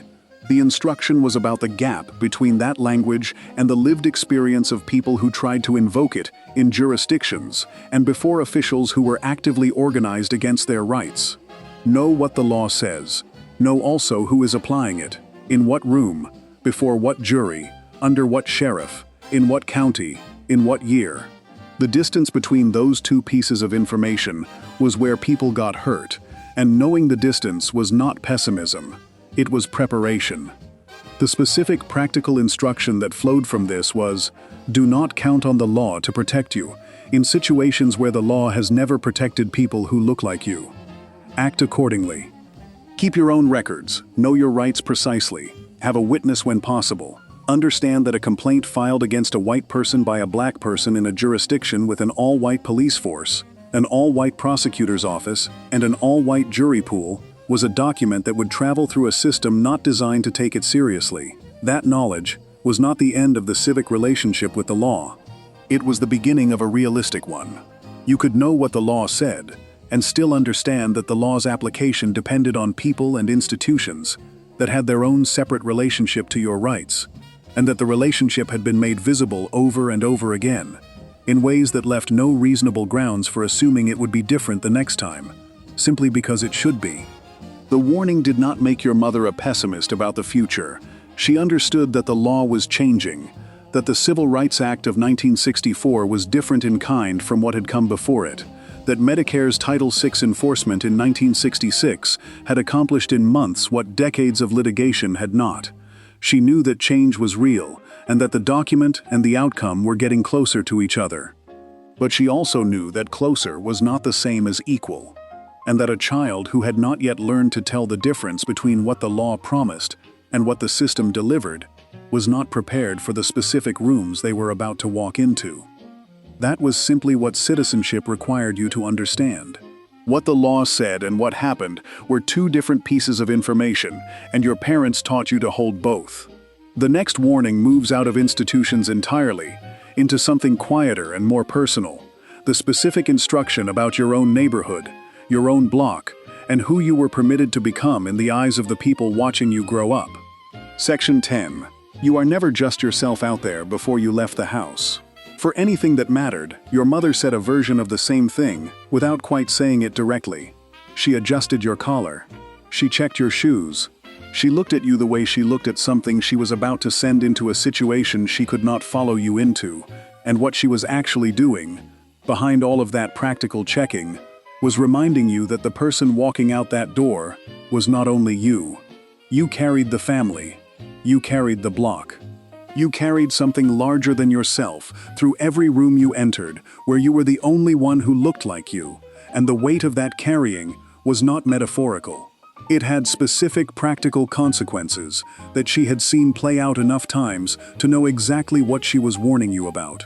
The instruction that your behavior reflected not just on yourself but on your entire race was one of the oldest pieces of parental guidance in Black American households, traceable in its formal articulation at least as far back as the uplift movements of the late 19th century. W.E.B. Du Bois, writing in 1903 in The Souls of Black Folk, described the condition of Black Americans as operating inside a double consciousness, the sense of always measuring oneself through the eyes of a world that had already decided what you represented before you opened your mouth. What Du Bois named philosophically, Black parents had been transmitting practically for decades, that a black person in a white space was never encountered as an individual first. They were encountered as a member of a category, and their behavior would be processed as evidence about the category, rather than as information about themselves specifically. This was not a perception your parents could correct by arguing with white people. It was a structural fact about how the encounters worked, and the only available response was to carry yourself in a way that gave the category no ammunition. Jackie Robinson carried the most public and most precisely documented version of this weight in the entire post-war era. When Branch Rickey, the Brooklyn Dodgers general manager, selected Robinson in August 1945 to break Major League Baseball's color barrier, the selection was deliberate and the criteria were specific. Rickey had been scouting black players for months. He was looking for someone who could play at the major league level, which Robinson clearly could. But Rickey spent most of their 3-hour initial meeting on something else entirely: whether Robinson had what Rickey called the guts not to fight back. He role-played the insults Robinson would face, the hotel clerks who would refuse him, the opposing players who would call him names from their dugout, the fans who would escalate to threats. He needed to know that Robinson would absorb all of it without retaliating, because a single retaliation, in any form, would be used to end the experiment and set back the possibility of integration by an indeterminate number of years. Robinson was aghast at the initial framing. He asked Rickey whether he was looking for a Negro who was afraid to fight back. Rickey said no. He was looking for a Negro with the guts not to. Robinson, who had spent years confronting segregation with defiance, and had been court-martialed in the Army for refusing to sit at the back of a segregated bus, agreed. He received $600 a month in exchange for that agreement. What Robinson agreed to was the most public version of the same arrangement that existed in less dramatic form in black professional and civic life across the country. The first black teacher in a newly integrated school. The first black executive at a white-owned company. The first black family in a previously all-white neighborhood. Each of these people understood, with a clarity that was not comforting, that they were not simply pursuing their own professional or personal goals. They were functioning as evidence in an ongoing argument about whether people who looked like them deserved to be in those spaces at all. And a single wrong move, a single moment of inadequate performance, a single visible error that a white colleague would have been allowed to make without consequence, would be used to answer the argument in the negative. Your individual failure would not be read as your individual failure. It would be read as the group's failure. Your individual success would be celebrated, sometimes sincerely, and would still not produce the same opening for the next person that a comparable white success would produce, because the representative burden ran only in one direction. Du Bois had named this dynamic in its most compressed form when he articulated the talented tenth, his argument in 1903 that 1 in 10 black men had a particular obligation to lead, to achieve, and to model what black Americans were capable of, because the dominant culture was watching and drawing conclusions. The argument was contested then, and has been contested since. But what it was responding to was real. A system that processed individual black achievement as testimony about a group, rather than as testimony about an individual, and that therefore placed on every black achiever a burden of representation that no white achiever carried in the same way. Evelyn Brooks Higginbotham, whose 1993 work on the politics of respectability traced this dynamic through the Black Baptist women's movement at the turn of the 20th century, found that the pressure to represent well was not simply imposed from outside, but was also actively organized from within black institutions, as a survival strategy. Black churchwomen who promoted careful dress, careful speech, careful conduct in public spaces were doing so in explicit recognition that a black person's public conduct had consequences that extended beyond the individual performing it. Your parents' version of this instruction was the household transmission of the same recognition, compressed into a look before you walked out the door. The compression did not make it lighter. If anything, the compression made it heavier because the instruction arrived without the full context of why it existed, and a child who did not yet understand the context experienced it as a standard that applied to them specifically, for reasons that were not explained, in a way that did not apply to the white children they could see operating without the same constraint. Why do I have to be so careful? Because other people are watching. What other people? Everyone. Why? Because what you do reflects on all of us. Why does what I do reflect on all of us? The answer to that question was not the kind of answer a parent could give a child and leave them capable of walking confidently out the door, and so most parents did not give it. They gave the instruction instead, and trusted that understanding would come later, as it always did, from the accumulated experience of living inside the situation the instruction was designed for. The specific cost of this instruction, beyond the weight it placed on every individual action, was in the territory it surrendered, without explicitly acknowledging the surrender. To carry yourself as a representative of your race in every white room you entered was to accept that the room's terms applied to you in a way they did not apply to others. It was to agree, implicitly, that your individual conduct was available for collective interpretation in a way that no white person's conduct was. White employees in the 1950s and 1960s were not carrying their race into the office. They were just going to work. You were going to work and testifying. And the testimony was never finished, and the trial was never over, and the standard that would finally satisfy the jury was never quite specified, because the point of the arrangement was not to reach a conclusion. The point was the arrangement itself, the ongoing requirement that you perform your worthiness in rooms where your presence was not yet accepted as a given. Robinson honored his 3-year agreement to turn the other cheek without a public complaint about what it was costing him. He wrote afterward that it had been harder to hold back than it would have been to fight, and that he prayed repeatedly for the strength to continue. After the 3 years were up and other black players had followed him into the leagues, he began to speak about his politics more directly, and the welcome that had been extended to him as an athlete became somewhat more complicated as it encountered the person who had been absorbing everything in silence for 3 seasons. The lesson the Robinson example carried into black households across the country was not the inspiring version that went into the official story. The inspiring version was that he kept his composure and changed baseball. The version that circulated in quiet conversations between parents and children was the one underneath that he had been required to suppress himself, completely, for 3 years, as the price of admission, and that the next person would face the same price, and the person after that. Your mother adjusted your collar. She looked at what she had built and sent it out into a world that was going to decide what it meant before it had a chance to speak. That was simply what walking out the door required you to be prepared for. Before we move on, if you're enjoying this analysis, please consider subscribing. It helps the channel tremendously. You were never just yourself in certain rooms, and your parents knew it before you did. The next warning covers the particular instruction about where ambition was safe to land, what kind of success was visible in ways that were acceptable, and what kind was not. Section 11. Don't let them see how much you have. There was a version of this warning your grandmother gave that sounded like it was about manners. Don't brag. Don't show off. Don't go around talking about what you have or what you can afford. She delivered it the way she delivered most of her important things, in passing, while she was doing something else, as though the thought had simply occurred to her.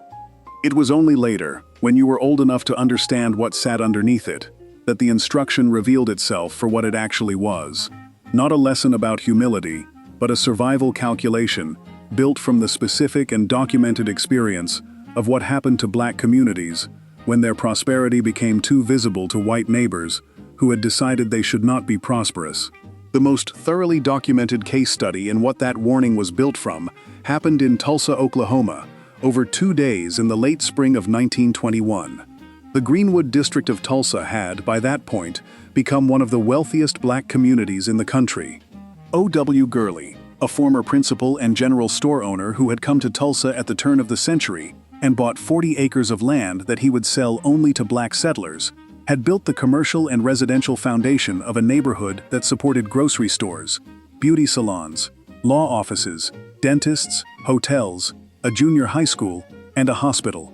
J.B. Stratford, whose father had been enslaved, had graduated from Oberlin College and earned a law degree from Indiana Law School before building the Stratford Hotel on Greenwood Avenue, a 54-room establishment that was reportedly the largest black-owned and operated hotel in America, valued at roughly $75,000 before 1921, the equivalent of more than $1 million today. The Knockup's Walter White, visiting Tulsa shortly after the events of May 31 and June 1 of that year, reported that the rapid success of black Tulsans had produced in some white residents an animosity proportional to the prosperity, and that lower-class whites resented what they saw as a challenge to a racial order in which black people were not supposed to occupy those positions. On those 2 days, white mobs, some of whom had been armed and deputized by city officials, burned more than 35 square blocks of Greenwood to the ground. Historians now estimate that between 100 and 300 people were killed. Not one of the criminal acts committed in those 2 days was ever prosecuted. The losses, estimated in a 2001 report at more than $30 million in contemporary terms, were never compensated. The Stratford Hotel, the school, the hospital, the 191 businesses, the thousands of homes were simply gone. What happened in Tulsa was not a singular event. 2 years later, in January 1923, a white mob descended on Rosewood, a small and predominantly black community in rural Levy County, Florida. The pretext was a white woman's claim that she had been assaulted by a black man, an accusation that investigators and survivors would later establish was almost certainly fabricated. The mob burned every building in Rosewood to the ground. At least 6 black residents were killed, though eyewitness accounts placed the number considerably higher, ranging from 27 to as many as 150. The survivors fled into the surrounding swamps and were eventually taken by train to Gainesville, where other black residents met them on the platform. Some of the survivors changed their names afterward, afraid of being tracked down. A grand jury convened in February 1923 found insufficient evidence to prosecute anyone. No one was charged. The massacre was barely mentioned in local histories for nearly 60 years, until a newspaper reporter named Gary Moore began asking questions in 1982 and persuaded survivors to tell what had happened to them. At that point, most of the survivors had spent the better part of their lives not speaking of it. These were the stories that circulated in black households across the country, the same way the Emmett Till case circulated, as proof rather than as history, as a demonstration of what the limits of black prosperity actually were when the prosperity became visible enough to provoke. Your grandmother's instruction about not displaying what you had was calibrated to those stories. The specific instruction varied by household and region and decade, but the underlying logic was consistent. The moment your success became something that white people around you could measure, it also became something they could decide was too much, and the response to that decision had a documented track record. The practical version of this warning covered a specific range of behaviors. Don't drive a car that attracts attention in the wrong neighborhoods. Don't wear jewelry that announces wealth when you are moving through white commercial districts. Don't discuss your salary or your savings in mixed company. Don't let your house look more prosperous than the white houses on the street just beyond the color line. Because prosperity that crossed a perceived threshold had historically been used as a justification for what came after. The warning was not about appearing poor. It was about not appearing rich in spaces where rich and black combined into something that provoked a specific response. The economic calculation underneath this was also specific. Black wealth, in the years when your grandmother was passing this instruction down, was fragile in ways that white wealth at comparable levels was not. A white family that built a business over 2 or 3 generations was building on a foundation that included access to federal mortgage guarantees, FHA-backed loans for suburban homes that appreciated over decades, and GI Bill benefits that allowed the post-war generation to access education and homeownership in ways that compounded across time.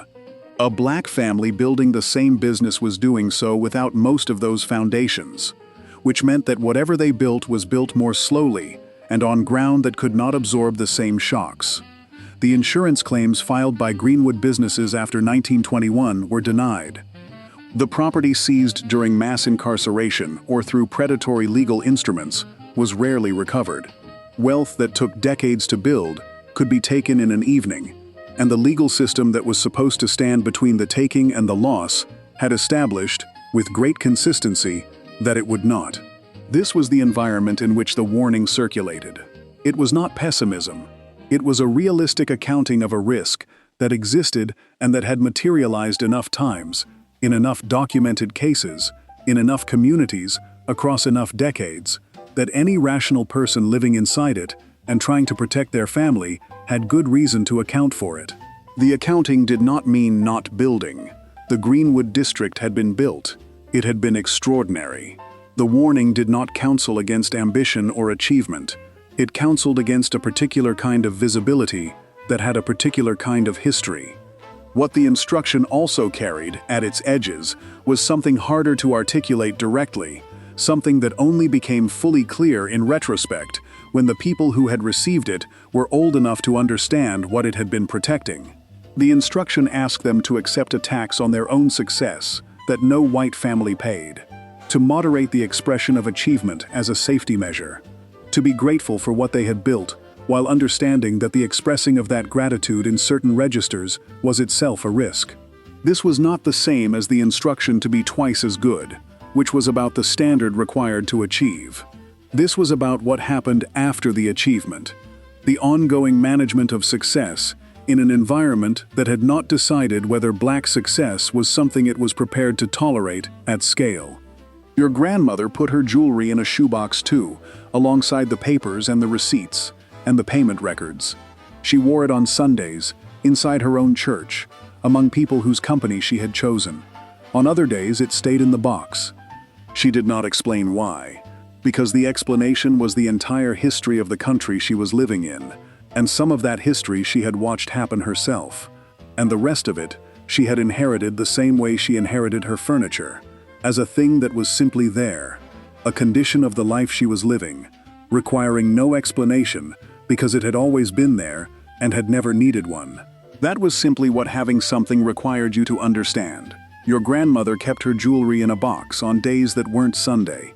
The last warning in this collection is the one that ran underneath all the others, the instruction that connected every rule in every room, the thing your parents were always really saying when they said all of it together. Section 12. Know where you come from. Long before bedtime, or in the kitchen while something was cooking, or after church when the grown people sat together in the good chairs, and the children were supposed to be in the other room but were not, you heard the stories. You heard them in fragments, and you heard them in full, depending on who was telling them and how much they had decided you were old enough for. You heard the story of how your great-grandmother got her land, and what she did when the man came to take it, and the name of the man, and what became of him. You heard the story of how your grandfather left a certain county in Georgia in 1927, and why exactly leaving had been required.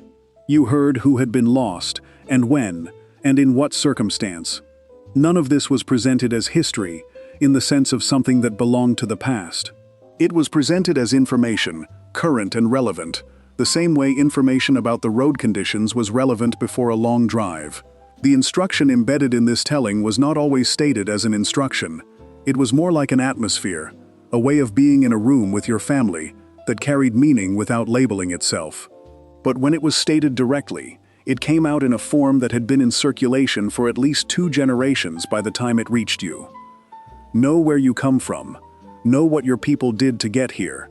Know what was done to them, and what they did in response, and how the response shaped what was available to you right now, today, in this kitchen, in this life. Not because you owed a debt, exactly. Because knowing was itself a form of protection.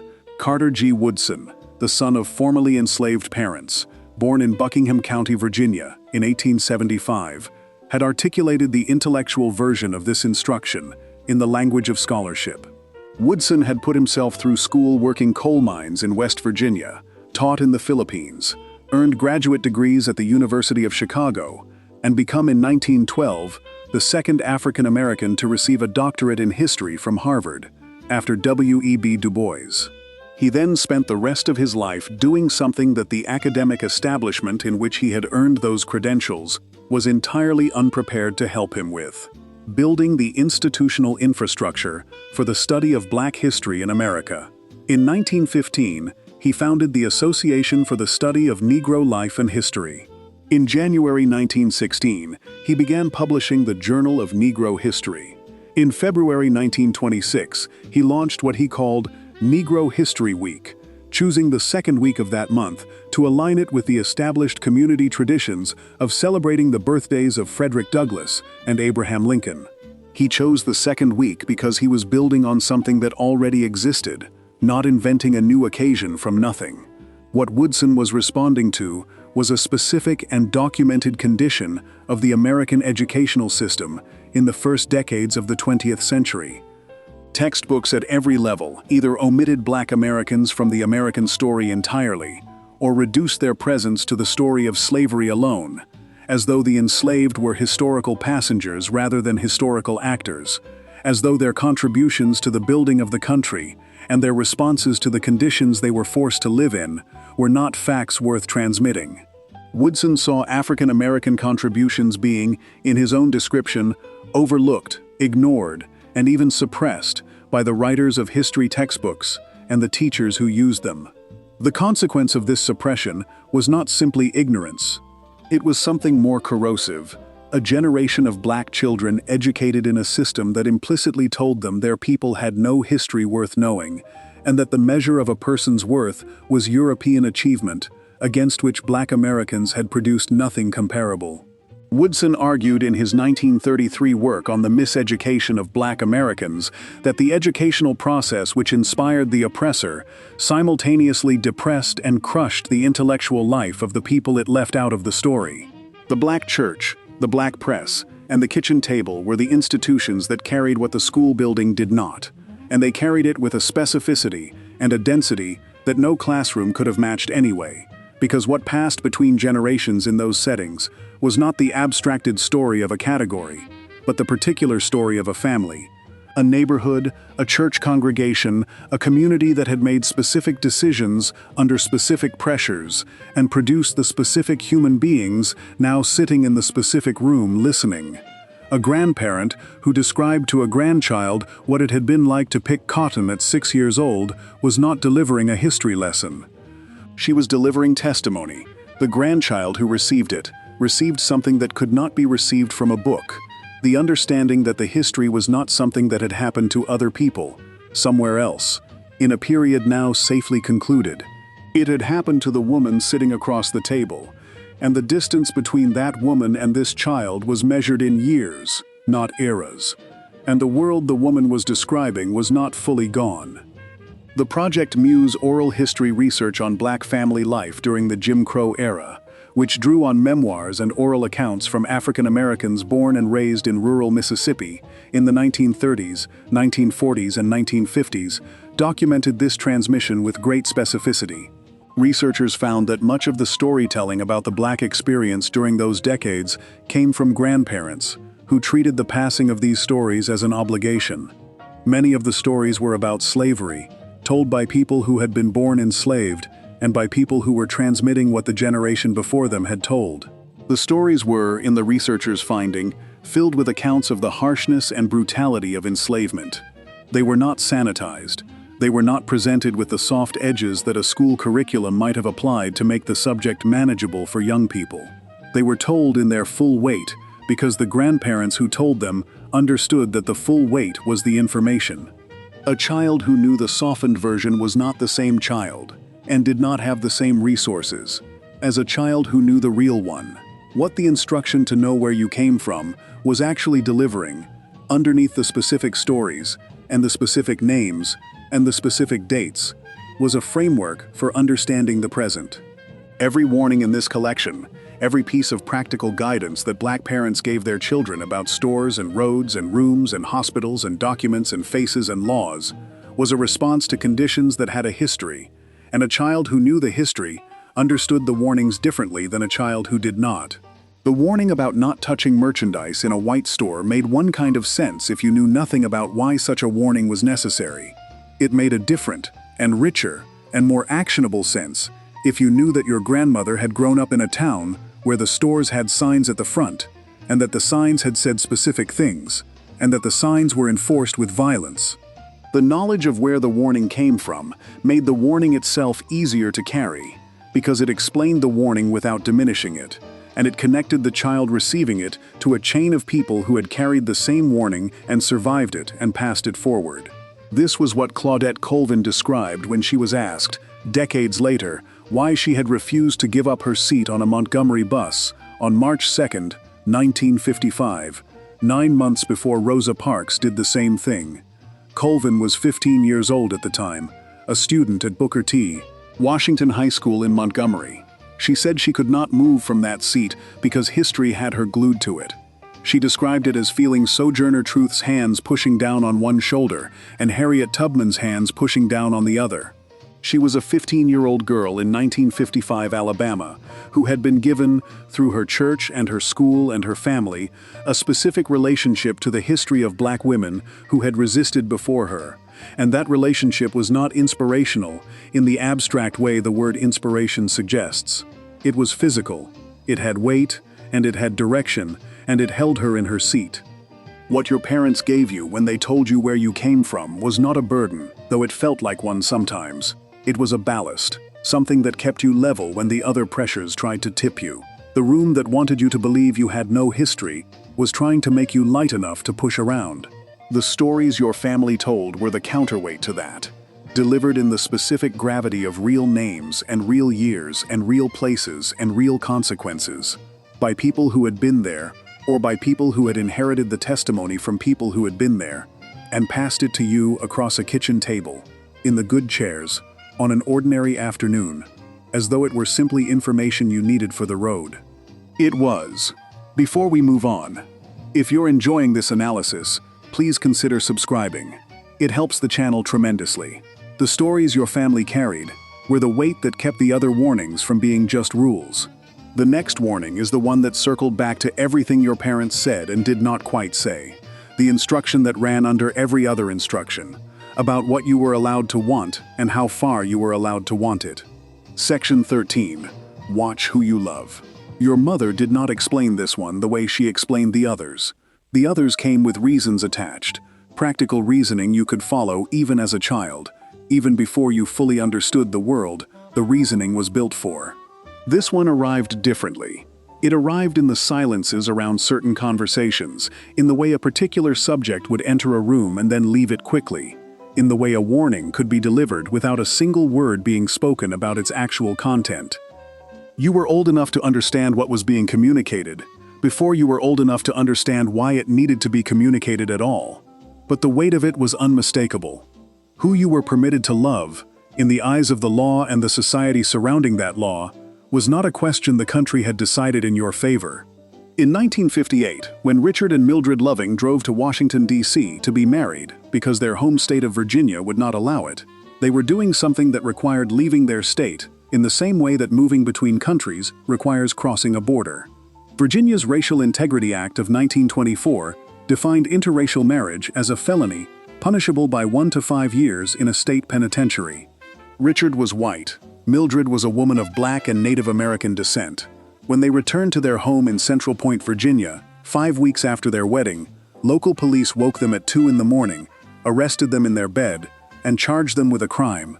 The marriage certificate hanging on their bedroom wall served as the evidence. They pleaded guilty the following year before Judge Leon M. Bazile, who suspended their 1-year prison sentence on the condition that they leave Virginia and not return together for 25 years. Virginia would not have them in it, as a married couple for a quarter of a century. As of 1967, the year the Supreme Court struck down Virginia's law and all remaining anti-miscegenation statutes in a unanimous decision, 16 states still had such laws on the books, all of them concentrated in the South. They were Alabama, Arkansas, Delaware, Florida, Georgia, Kentucky, Louisiana, Mississippi, Missouri, North Carolina, Oklahoma, South Carolina, Tennessee, Texas, Virginia, and West Virginia. This was not a fringe position in American law. It was the position of 16 state governments operating within the legal framework of the United States, enforcing their statutes as criminal law up to the day the Supreme Court told them to stop. A Gallup poll conducted in 1958, the same year the Lovings married in Washington and were arrested upon returning home, found that 94% of Americans disapproved of interracial marriage. Not a majority, 94%. The sentiment was not regional. In states where interracial marriage was legal, it remained uncommon and widely disapproved of among white residents, a sociological reality that operated as an informal enforcement mechanism even where the formal legal one was absent. The warning your parents gave you about this was not primarily a warning about the law, though the law was real, and the consequences were real, and there were people who had gone to prison for the thing the warning was about. It was a warning about everything underneath the law, the social architecture that produced the law, and that outlasted it once the law was gone. A black man who pursued or appeared to pursue a romantic interest in a white woman in the wrong county in the wrong year was not navigating a legal question. He was navigating a threat to his physical safety that had a long and extensively documented history. The Emmett Till case, in which a 14-year-old boy was killed in Mississippi in 1955 for whatever had actually occurred during a brief interaction with a white woman in a grocery store, was the most publicized version of a pattern that had been operating since Reconstruction, in which the accusation or the perception of romantic or sexual interest across racial lines was used as a pretext for violence against black men that the legal system would then decline to address. White parents in the 1950s gave their own children the mirror image of this warning, and the consequences they described moved in a different direction.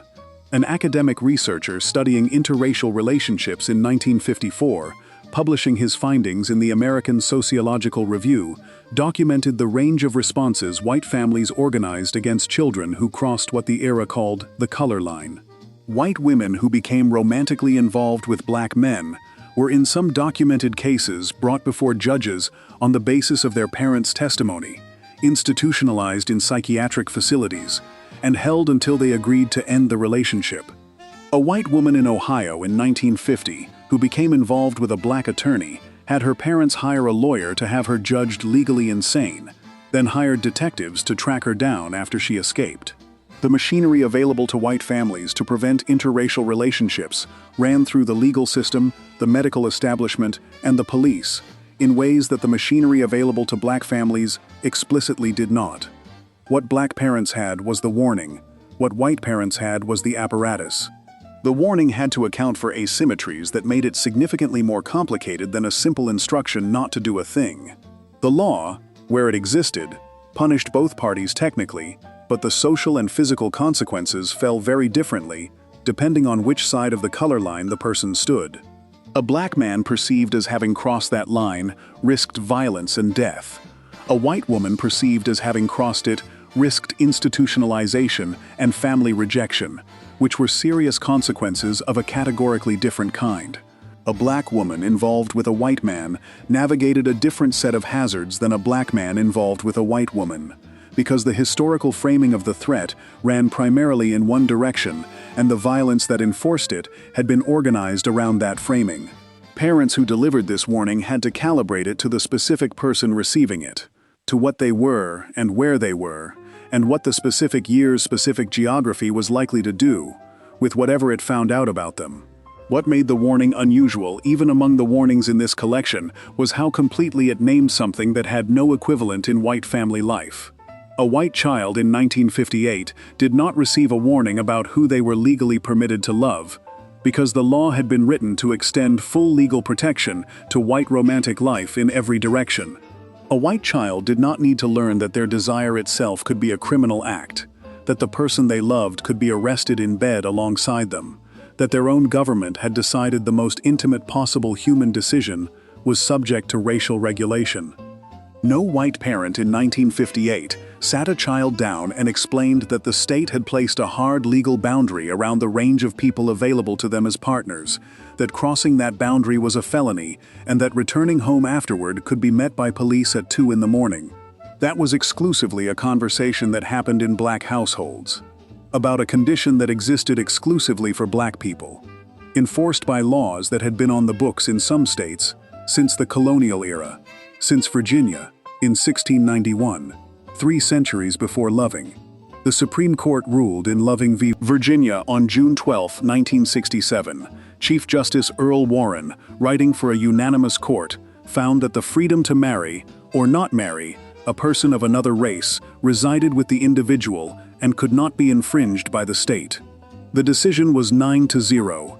It struck down the remaining 16 state statutes simultaneously. It did not change the 94% figure from the 1958 Gallup poll overnight. Attitudes moved slowly in one direction, while the law moved in another.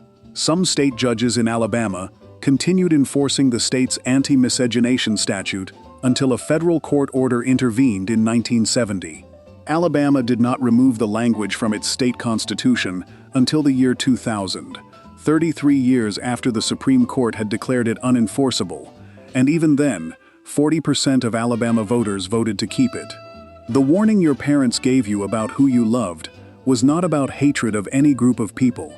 It was about a world in which the most private decision a human being makes had been made into a legal and physical danger, and in which the danger was not distributed equally among the people who might make that decision, and in which your parents understood exactly where you stood in that distribution, and were trying to give you enough information to survive it. Mildred Loving, speaking decades after the case that bears her name, said that she and Richard had not been trying to make a statement. They had simply wanted to go home. The simplicity of what they wanted was the point: to go home together, to the state where they had grown up, where their families were, without being arrested for it. A white couple could want that and have it without any of the machinery of the law being set in motion. The Lovings could not. The warning was built to explain that difference, to give it a name and a shape before the person receiving it had to discover it on their own. That was simply what Loving required you to know. The law itself said who you were permitted to love, until 1967. The next warning is the quietest one in this collection, the one that never quite got said out loud but was always underneath all the others, the one your parents carried in their bodies and passed to you without meaning to. Section 14. Watch how we do this. Nobody used those exact words. Nobody said, "Pay attention to how your mother holds herself when a white woman looks at her that way." Nobody said, "Watch what your father does with his face when the foreman speaks to him."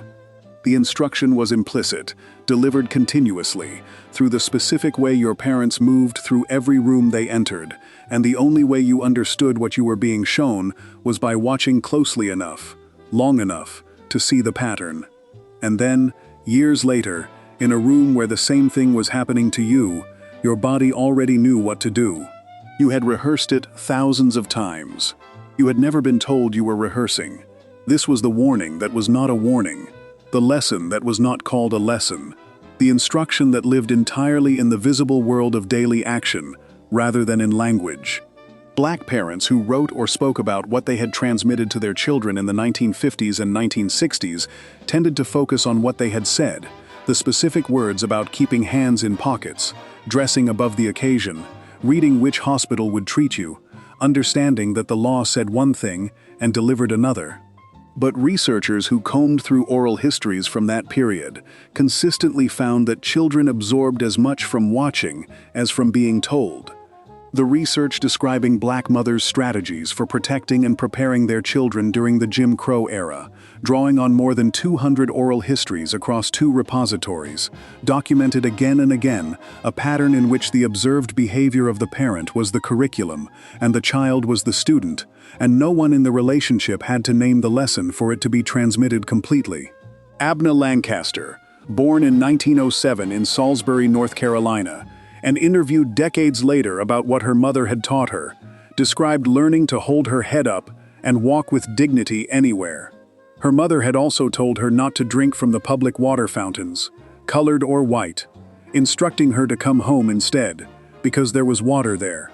The instruction was practical, and the meaning was larger. There was a way of moving through a world organized to diminish you that declined to accept the diminishment as a final verdict. And the declining happened not through confrontation, but through the daily maintenance of something the world was trying to take from you. Lancaster's mother demonstrated that maintenance in the specific way she organized her household, in the specific way she arranged her children's education, in the specific way she engaged with the systems that constrained her without surrendering to the constraint itself. James Baldwin, writing in 1955 about the death of his father and what that death finally made legible about his father's life, described coming to understand, only after his father was gone, what his father's rigidity and bitterness and proud carriage had been about. Baldwin had spent his childhood unable to get close to his father, unable to communicate with a man whose difficulty with the world had turned inward and become a kind of poison. It took his father's death, and Baldwin's own encounter with the white world in New Jersey, where the same rejections and indignities that had eaten his father alive nearly consumed him as well, for Baldwin to understand that his father had been trying to protect something, even though the protection had taken forms his children could not receive.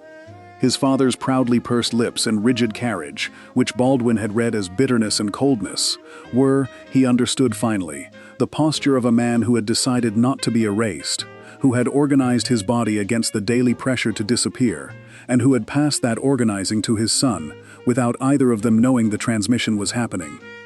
The father taught what he knew. The son received it without knowing he was receiving. Baldwin's account of that recognition was published in a collection called Notes of a Native Son in 1955, and it contains a passage that was quoted and passed around in black households and black churches and black reading circles for decades after, because it named the impossibility exactly. He described the parents at his father's funeral as carrying a knowledge that no instruction could fully transmit. The knowledge of how to prepare a child for the day when the child would be despised, and how to create in the child something stronger than what the despising could destroy, not knowing by what means to do it, or whether any means were adequate. The question Baldwin was circling was not rhetorical. It was the actual question every black parent in that room was living inside, the one that did not have a clean answer, and that they were all answering anyway, imperfectly, daily, with the only tools they had: their own bodies, their own choices, their own survival as evidence. The oral historians who documented daily life under Jim Crow, speaking with people who had grown up in the decades leading up to the civil rights movement, found that children who grew up in black households described learning the rules of racial navigation the way they described learning to walk. It was not a single lesson. It was an accumulation of observations, corrections, and absorbed examples that eventually settled into the body as instinct. They learned it at the dinner table. They learned it in church. They learned it when a confrontation with white people sent a family member home, and the family gathered around the returned person and talked through what had happened, and what it had meant, and what the right response was, and what that response said about who you were, and who they were, and what the difference meant. They learned it by watching how the adults in their lives held themselves, where they put their eyes, how they calibrated their voice, how they performed composure so well that the performance eventually became a genuine capacity for composure. Historian Jennifer Ritterhouse, whose study of how black and white Southern children learned race drew on autobiography and memoir as primary sources, found that black parents labored to instill what she called a sense of respectability, encouraging children to maintain their dignity and rise above the racism they faced. The laboring was visible. The children saw it. What they saw became what they knew how to do. This was the final warning, the one given without words, which meant it could not be refused, or resisted, or questioned, or even acknowledged in the way that a spoken warning could be. You did not have the opportunity to decide whether you agreed with it, because it was not offered as a proposition. It was offered as behavior, as the specific and daily demonstration of what a person looked like who had made the calculation your parents had made and was living by it and had not died from it and had in fact managed to build a life inside of it that contained love and dignity and something that could fairly be called joy. The fact that the life also contained cost, enormous and continuous, and rarely spoken of directly, was part of what the demonstration transmitted. You saw the cost in the way your mother's shoulders dropped when she came home from certain places. You saw it in the way your father moved differently inside the house than he moved on the street. You saw it in the gap between those two versions of the same person, the one for outside and the one for inside, and the gap itself was information, the most precise information you ever received about what the world outside was actually like and what it required. The researchers who studied black mothers' strategies for protecting their children during the Jim Crow era described the practice as the cultivation of freedom choices, decisions made in the present, small and daily, and sometimes invisible, that were designed to expand what would be available in the future.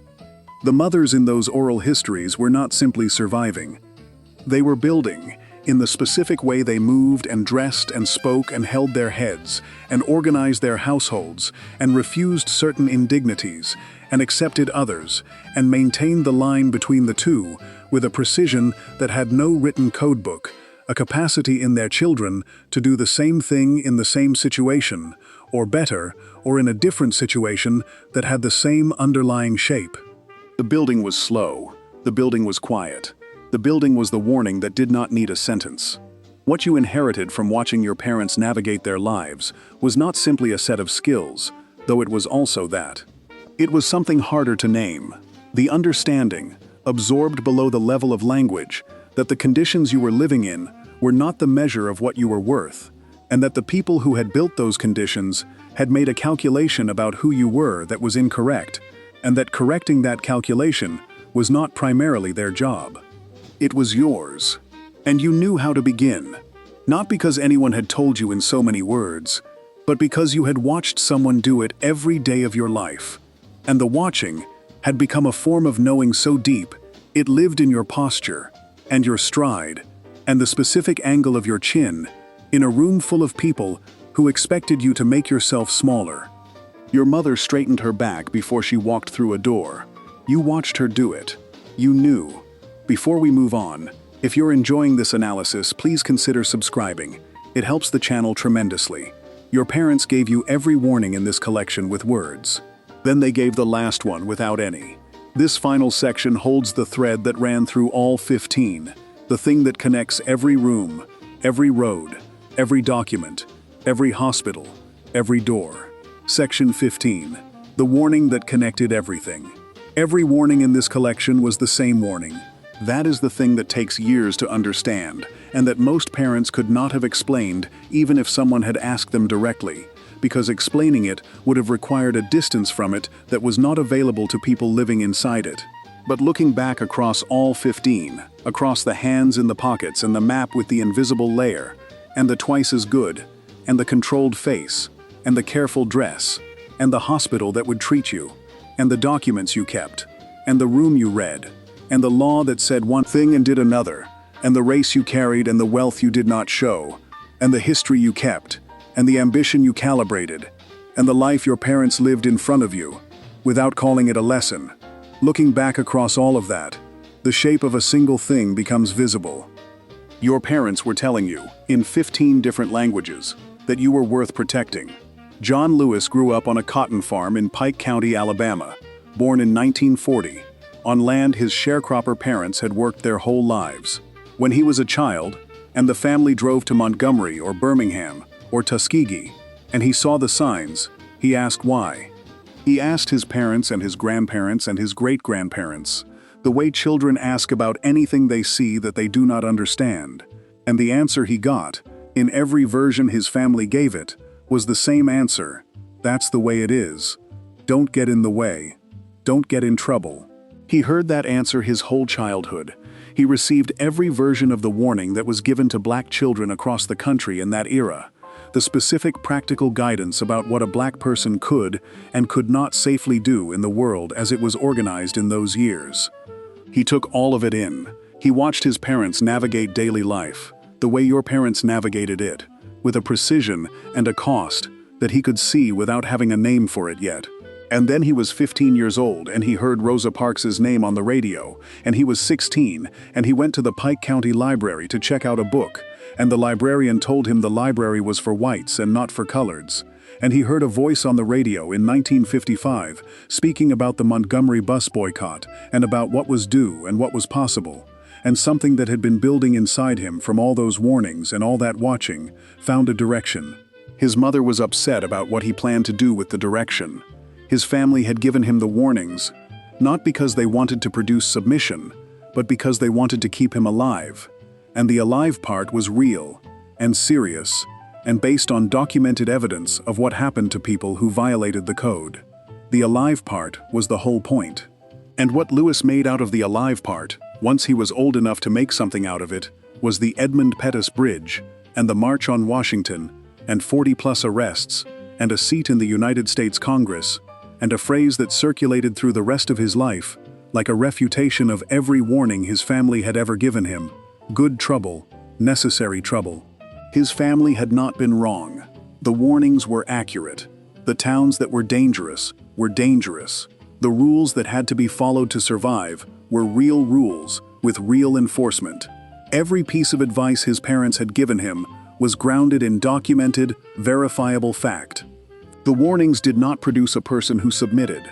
The warnings produced a person who survived long enough to refuse, strategically, at the right moment, in a way that could not be answered with the usual instruments of refusal, because he had been prepared for all of them.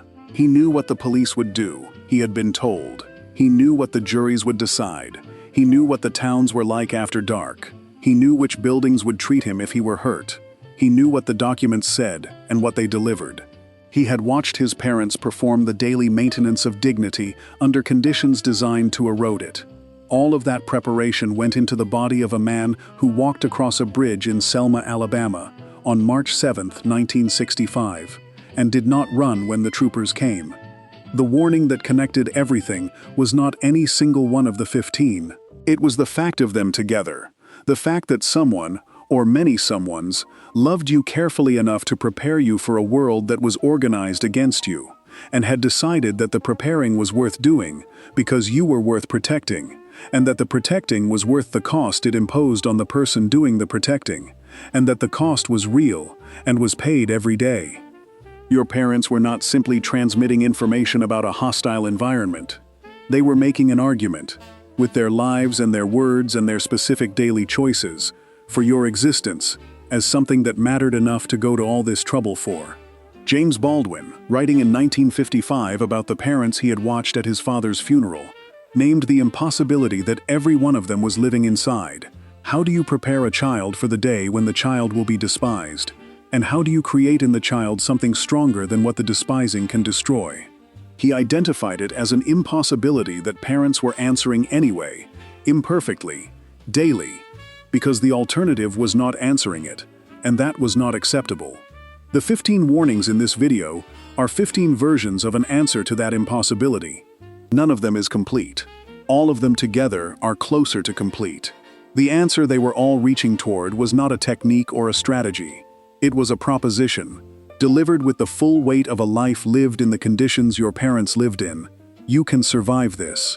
You are worth surviving. The world is not the measure of you. The warning was love in a form the world required love to take. Abna Lancaster's mother told her not to drink the water from the public fountain, colored or white, and to come home instead. She demonstrated with that instruction that there was a way of declining the world's offer of diminishment that did not require a confrontation and did not produce a martyr, and left you standing in your own kitchen with your dignity intact and a glass of your own water in your hand. That was what the warning looked like in 1923 in Salisbury, North Carolina. The parents who raised Claudette Colvin in Montgomery told her the things black children in Alabama were told in 1955. And she absorbed all of it. And then in March of that year, something held her in her seat on the bus, something she described as Sojourner Truth's hands and Harriet Tubman's hands pressing down on her shoulders, which was another way of saying that the accumulated weight of everyone who had come before her, everyone whose warnings and stories and modeled dignity and quiet daily refusals had produced the specific 15-year-old girl sitting in that seat, was in the room with her, and it was heavier than the order to move. That weight is still in the room. The people who received these warnings, the people who gave them, and the people who received them and then gave them to the next generation, and the ones who received them and organized the civil rights movement, and the ones who received them and built the first black-owned hospitals, and the Black Wall Street, and the black churches, and the postal workers' unions, and the HBCU campuses, and every other institution built specifically to fill the gap the hostile world left. All of that is in the room.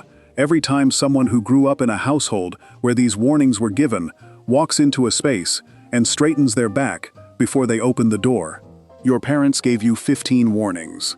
The warnings were the wrong word for what they actually were. They were the shape love takes when the world makes love dangerous to show any other way. You carry them with you. They are still working. If you enjoyed this video, make sure to subscribe. Thanks for watching, and I'll see you in the next one.